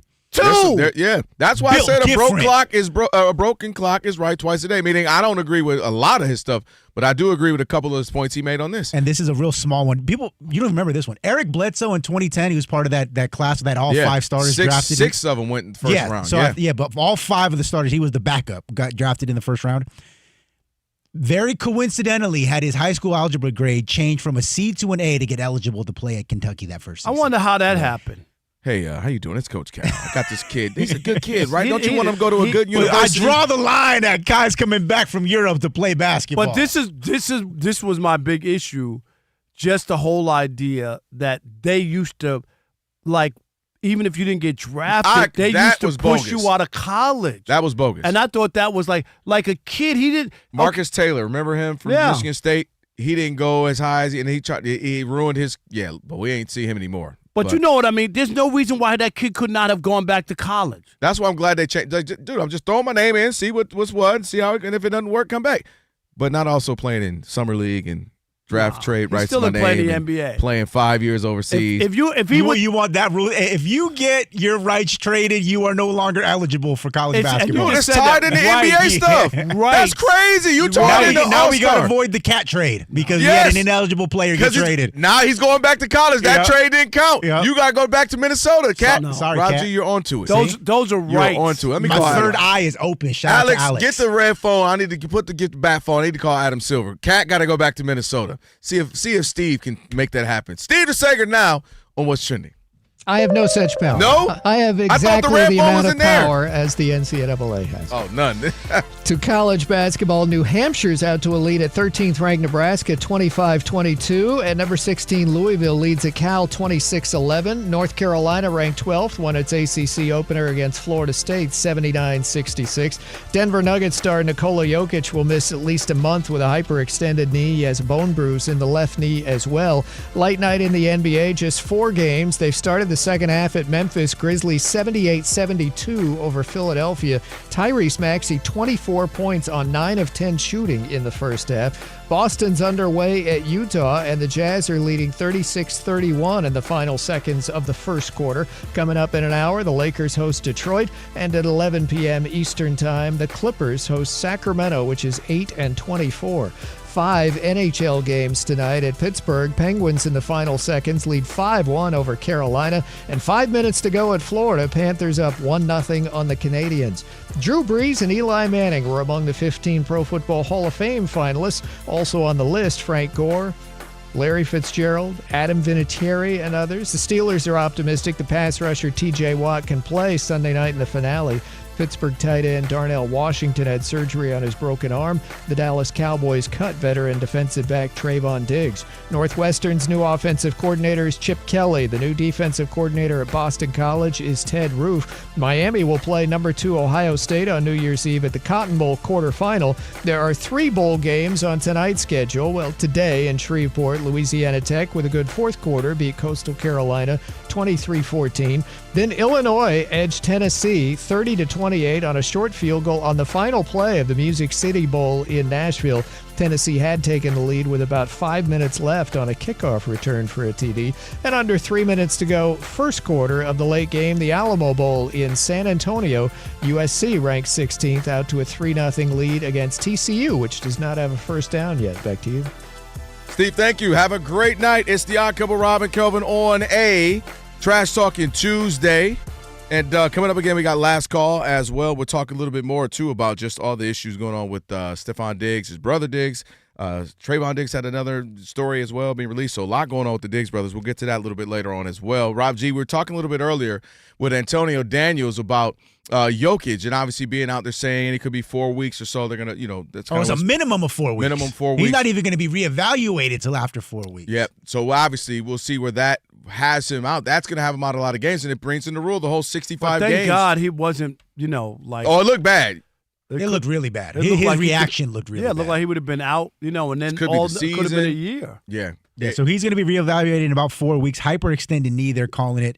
If he misses exactly a month of the upcoming schedule, it's probably be more than that. Exactly a month, though, is 16 games, which means he'll be able to miss one more game the rest of the season in order to be eligible for the MVP, All-NBA, so on and so forth. This is going to be the first time that this new rule has really shaken up any kind of. Didn't it happen to Giannis once? I mean, at this, Jokic was the front runner for the MVP. Yeah, well, I mean, this is a unique situation because not only was he the favorite, he's putting up historic numbers. He's averaging 29.5, 12.2 rebounds, 11 assists per game. The only other player in NBA history to average at least 12 rebounds, 11 assists over a full season was Oscar Robertson. Yeah, Not only that, is the big O. Leading the league in rebounds and assists. He's shooting a career best 43.5% from three and has a true shooting percentage of over 71. This is one of the greatest offensive seasons we've ever seen. Without a doubt. And he might not even the other get an one All-NBA. he got jacked from which one was that? Embiid? When Embiid won it? When Embiid won it. You remember that? Because everybody was banging the drum that they didn't want to give him 3 in a row because he hadn't won the finals. Well, he ain't going to get one this year either. And then he won the finals that year. Well, and that's what to your point, Rob G, he probably is not going to get it. It looks like he's going to miss the minimum games needed at 65, which, to be honest with you, as much as it sucks for him, and it sucks just, because he's playing incredible and he's deserving of an MVP. How he's been playing. I think this is a non-story. If he doesn't get the games, I'm with you. Then he doesn't get the games, and there's you can't. As great as he is, and all that's going on, those are just it. I just gave you the baseball plate appearances. If you don't get enough, you don't qualify. You can't go out there and have 100 at bats, and you're batting 750 and 100 at bats, and you win the batting title. No, you got to play a certain amount. So you know what the number is. It's unfortunate that this season will get wiped out as far as him being able to, but he also has a chance to come back and get his team, and maybe they beat OKC and get a championship. And get a finals MVP. Right. And by the way, you got to go back a little bit, too, to the origin. The origin of this wasn't to be mean and keep guys out. It was because guys weren't playing. Fans were disgruntled. Guys like you and I come up here talking about it. Why aren't guys playing? Why should, what's going on? And load management this, load management that. So the NBA was trying to do something to say, man, we want to incentivize guys to play. You can't win unless you have these minimum amounts of games, that you played in. So to me, I don't want to change the rule now because one of the league's favorites, is out. It sucks, but the rule was a rule for a reason. And, and it happens. Guys are going to get injured. Next year it could be anybody else. It is an unfortunate situation, but I wouldn't want to change the rule simply because of that, right? You're trying to say, hey, man, you got to play. You got to be there. You can't have a guy have an amazing 50 games and just, win something. It just doesn't. The numbers are there. You have to have them. I don't have a problem with it. And if you don't have them, that. I just can't. I'm not changing them just for one guy. As great as he is and the great as the season it has been so far, it's just not going to happen.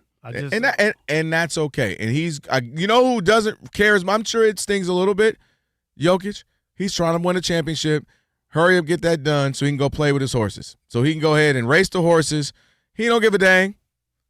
Seriously, like, yes, who doesn't want to be MVP? But if I get to the finals, win a finals MVP, and get back to my family and Not horses. like he hasn't won. I mean, it's, his career. He does. The war chest is kind of crazy. His career is cemented already. Yeah. And there could be a couple more down the road, and maybe he wins another championship. I mean, the one he won in Denver, that postseason was a postseason to remember, historic, and he got a couple of MVPs. He could win a couple more if he's able to stay healthy. It's just disappointing that so many great players are now, on the sidelines. I think that's the only thing as a sports Yeah, you guys fan. are crazy. Why? You guys are crazy. So what, you want to play 41 at this games? current pace, Nikola Jokic, Giannis, Wemby, Luka. None of them will be eligible for these postseason awards. That's 4 of the top 5 or 6 players in the league. But you got to have some sort of circumstance. You mean to tell me that Rob Parker, I'm a reporter, you can't trust your media brethren to be objective enough to say, I know that Jokic only played 55 games, but damn it, if there was 4 guys better than him, I don't see it. No, I'm gonna tell you why. They can't view with their own eyes because that these players are better. You mean to it's tell not me a lifetime achievement that award, Jaren Rob Jackson G. Jr. is going to make an – he's not him because he's missed too many games. No. But a guy like him is going to make an All-NBA team, and Giannis is not because Giannis will have played 62 games. No. But that is stupid. But there has to be some sort of way of – Why?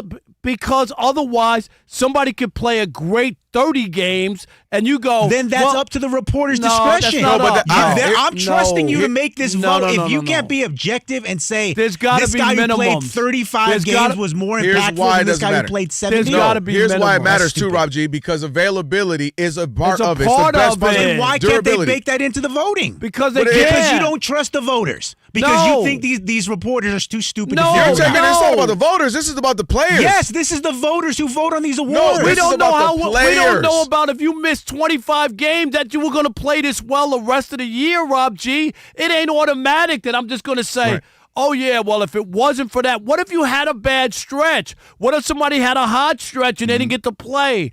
You use discretion. No, you can't. There's a lot of gray. This is not a black and white situation. Yes, it is. And I think that it's making the guys who do these voting, the you gotta ESPN, Fox, Chris have Broussard votes. You think Chris Broussard is too stupid to figure out that a guy who plays 50 games is more or less impactful than a guy who played 75? That's a large amount of games missing, Rob G. 32 okay, so games let is Chris crazy. make that decision. No. No, but you keep putting it on the voters. This is about the players saying, hey, players, if you sit out a bunch of games, you're not going to win.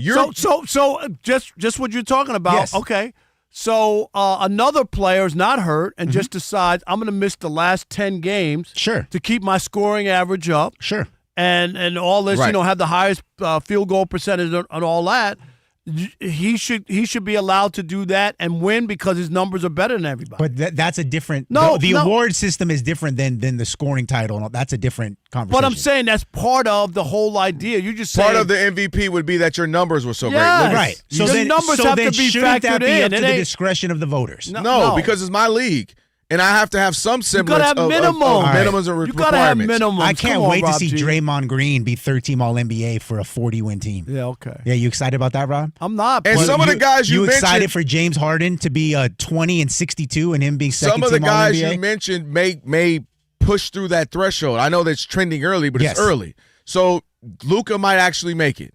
Giannis might. I don't know exactly, but I'm saying he's already right there because of the hyperextension. Well, yeah, but I'm saying some of those guys are going to make it. I'll give you some aren't. No, I some get of those it. guys will just by the hair on their chinny chin chin, and then they'll be eligible. Simple as that. Y'all crazy. All right, last call, 877-99 on Fox, 877-99 on Fox. We want to hear from you. Your last chance to get in with the Odd Couples, Fox Sports Radio.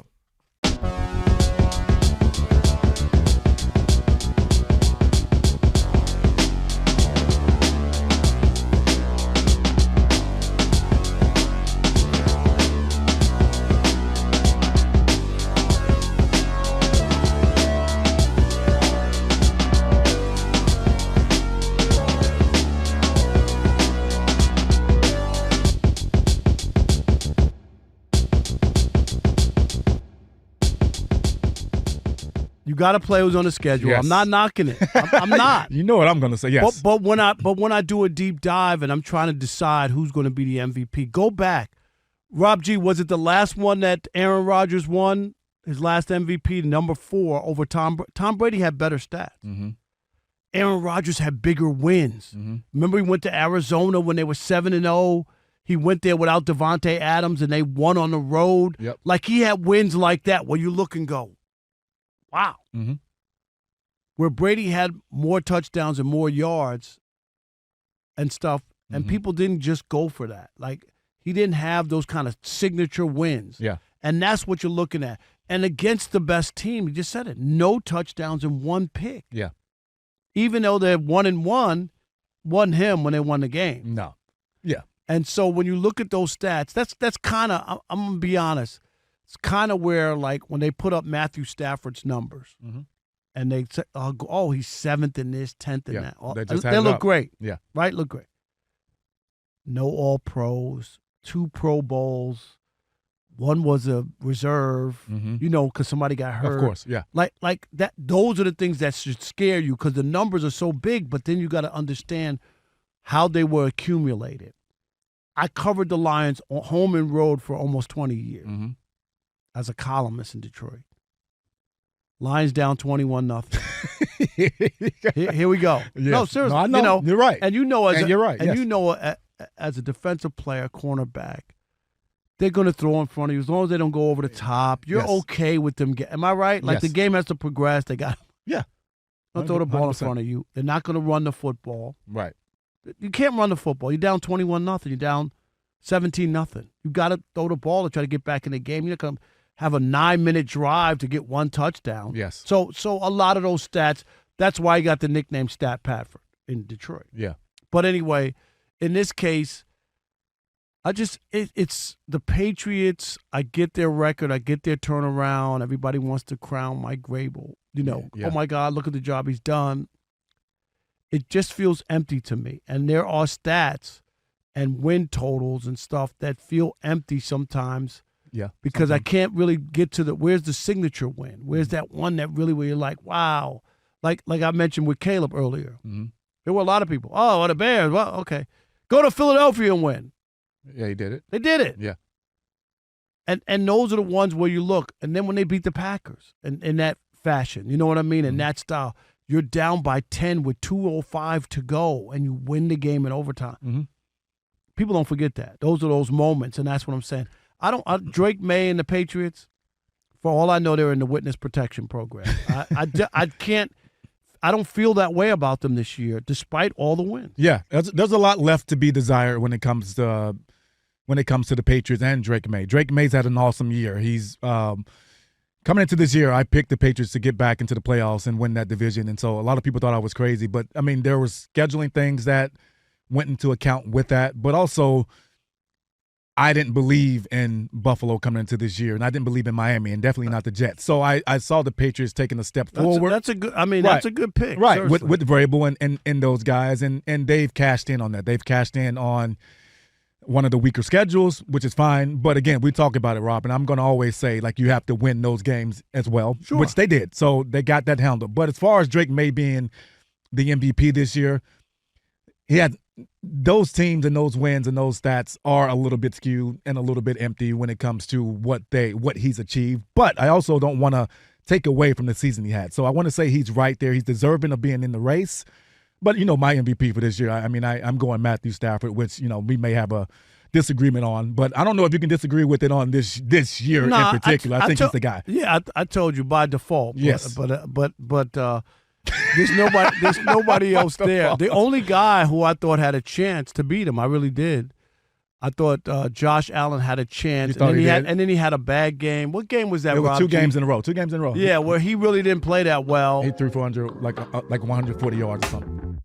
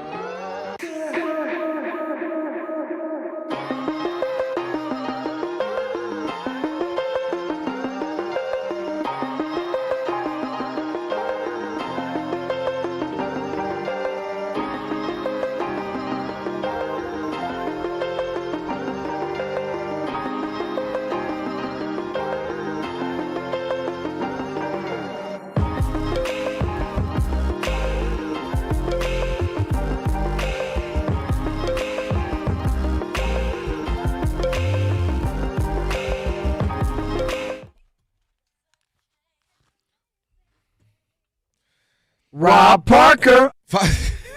Fox Sports Radio, Odd Couple. Yes, him, Rob Parker, Kelvin Washington. Alex, thanks for that. On I a needed trash that. talking I was a little Tuesday. down after today. What are you down for? I don't think you could be down What's for wrong? anything.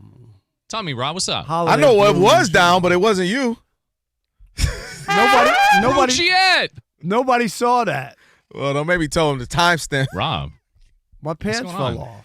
Yeah. Did you see my sweatpants? I thought you fell don't start off? losing weight till after Super Bowl. I know. I don't know what happened. Rob, I know you said we were downsizing, but you didn't have to do the wardrobe. Is that? Yeah. I'm just saying, my pants slipped down. I'm glad nobody saw it. I told you I went to see Janet Jackson last night. I didn't need your wardrobe malfunction. There you go. I wasn't looking for that. Man.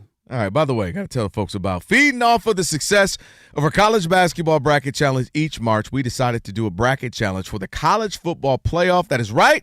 Now that there are 8 teams left standing, it is bracket challenge time. So compete against our Fox Sports Radio hosts and against fellow listeners to see who has the best college football bracket, playoff bracket, and play for your chance to win $1,000. Visit foxsportsradio.iheart.com to register, get rules, and to fill out your bracket. Entries will be open until just before kickoff, 7:30 p.m. Eastern on New Year's Eve. And again, fill out your bracket at foxsportsradio.iheart.com for your chance to win $1,000. It's now time for Last Call. This is the last call.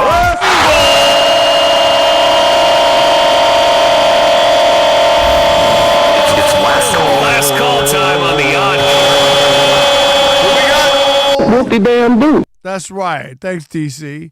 Roger in the Ozarks. I've been to the Ozarks in Missouri. Roger, on Netflix. You are the last call here on the Odd Couple Fox Sports Radio. What's up, Roger? Hey, I appreciate you guys. I always enjoy you, Rob Parker. You're the only guy I've seen that can keep our local boy Nick Wright in check. Thank you, my man. Thank you. You walk the floor with him. I appreciate that. He needs it once in a while. Every once in a while, Nick Wrong has to be called out on a carpet. Yeah. Wow. Nick Wrong. Well, hey, George Rob, Longster. Yes. It's really strange in Missouri right now as a Chiefs fan, and going into 2026. Happy New Year's Eve to you guys. You put on a great show for Thank me you. when Same I'm to you. driving across Missouri. Hey, Roger, let me ask you, seriously, real quick. I know we don't have a lot of time. Yes, sir. Them moving to Kansas, does that bother That's a you? good question. Seriously, how much does that bother you? Because I'm a diehard Jackson Countyan, and we got a few troubles with our local government right now, Rob. So it really doesn't bother me at all. Okay, that's fair. We've been Jackson County been footing the bill for a long, long time, since 1972 when the Truman Sports Complex opened up. That's over 50 years. So if Kansas want to pay $1.8 billion of their money for it, let them have it. Let them have it. I Give got it a you. shot. Okay. I hear you. But, hey, I'm really going to miss my guy Travis Kelce. Cut out all the pomp and circumstance with Taylor Swift and all that. Travis Kelce, one hell of a football player. That's true. He is. Ain't no denying that. It's time, though. It's time. It is time. Thank you, Roger. Happy New Year to you and all the people of Missouri. And no doubt. When I went to Mizzou for a multicultural management program. Okay. I had an awesome time. What college was this number 8? What college number was one this? of those. I got. It did not stick, by the way. What? The management is multicultural management. Rob, what's the name of the website you run? What's that? What's the name of the website you run?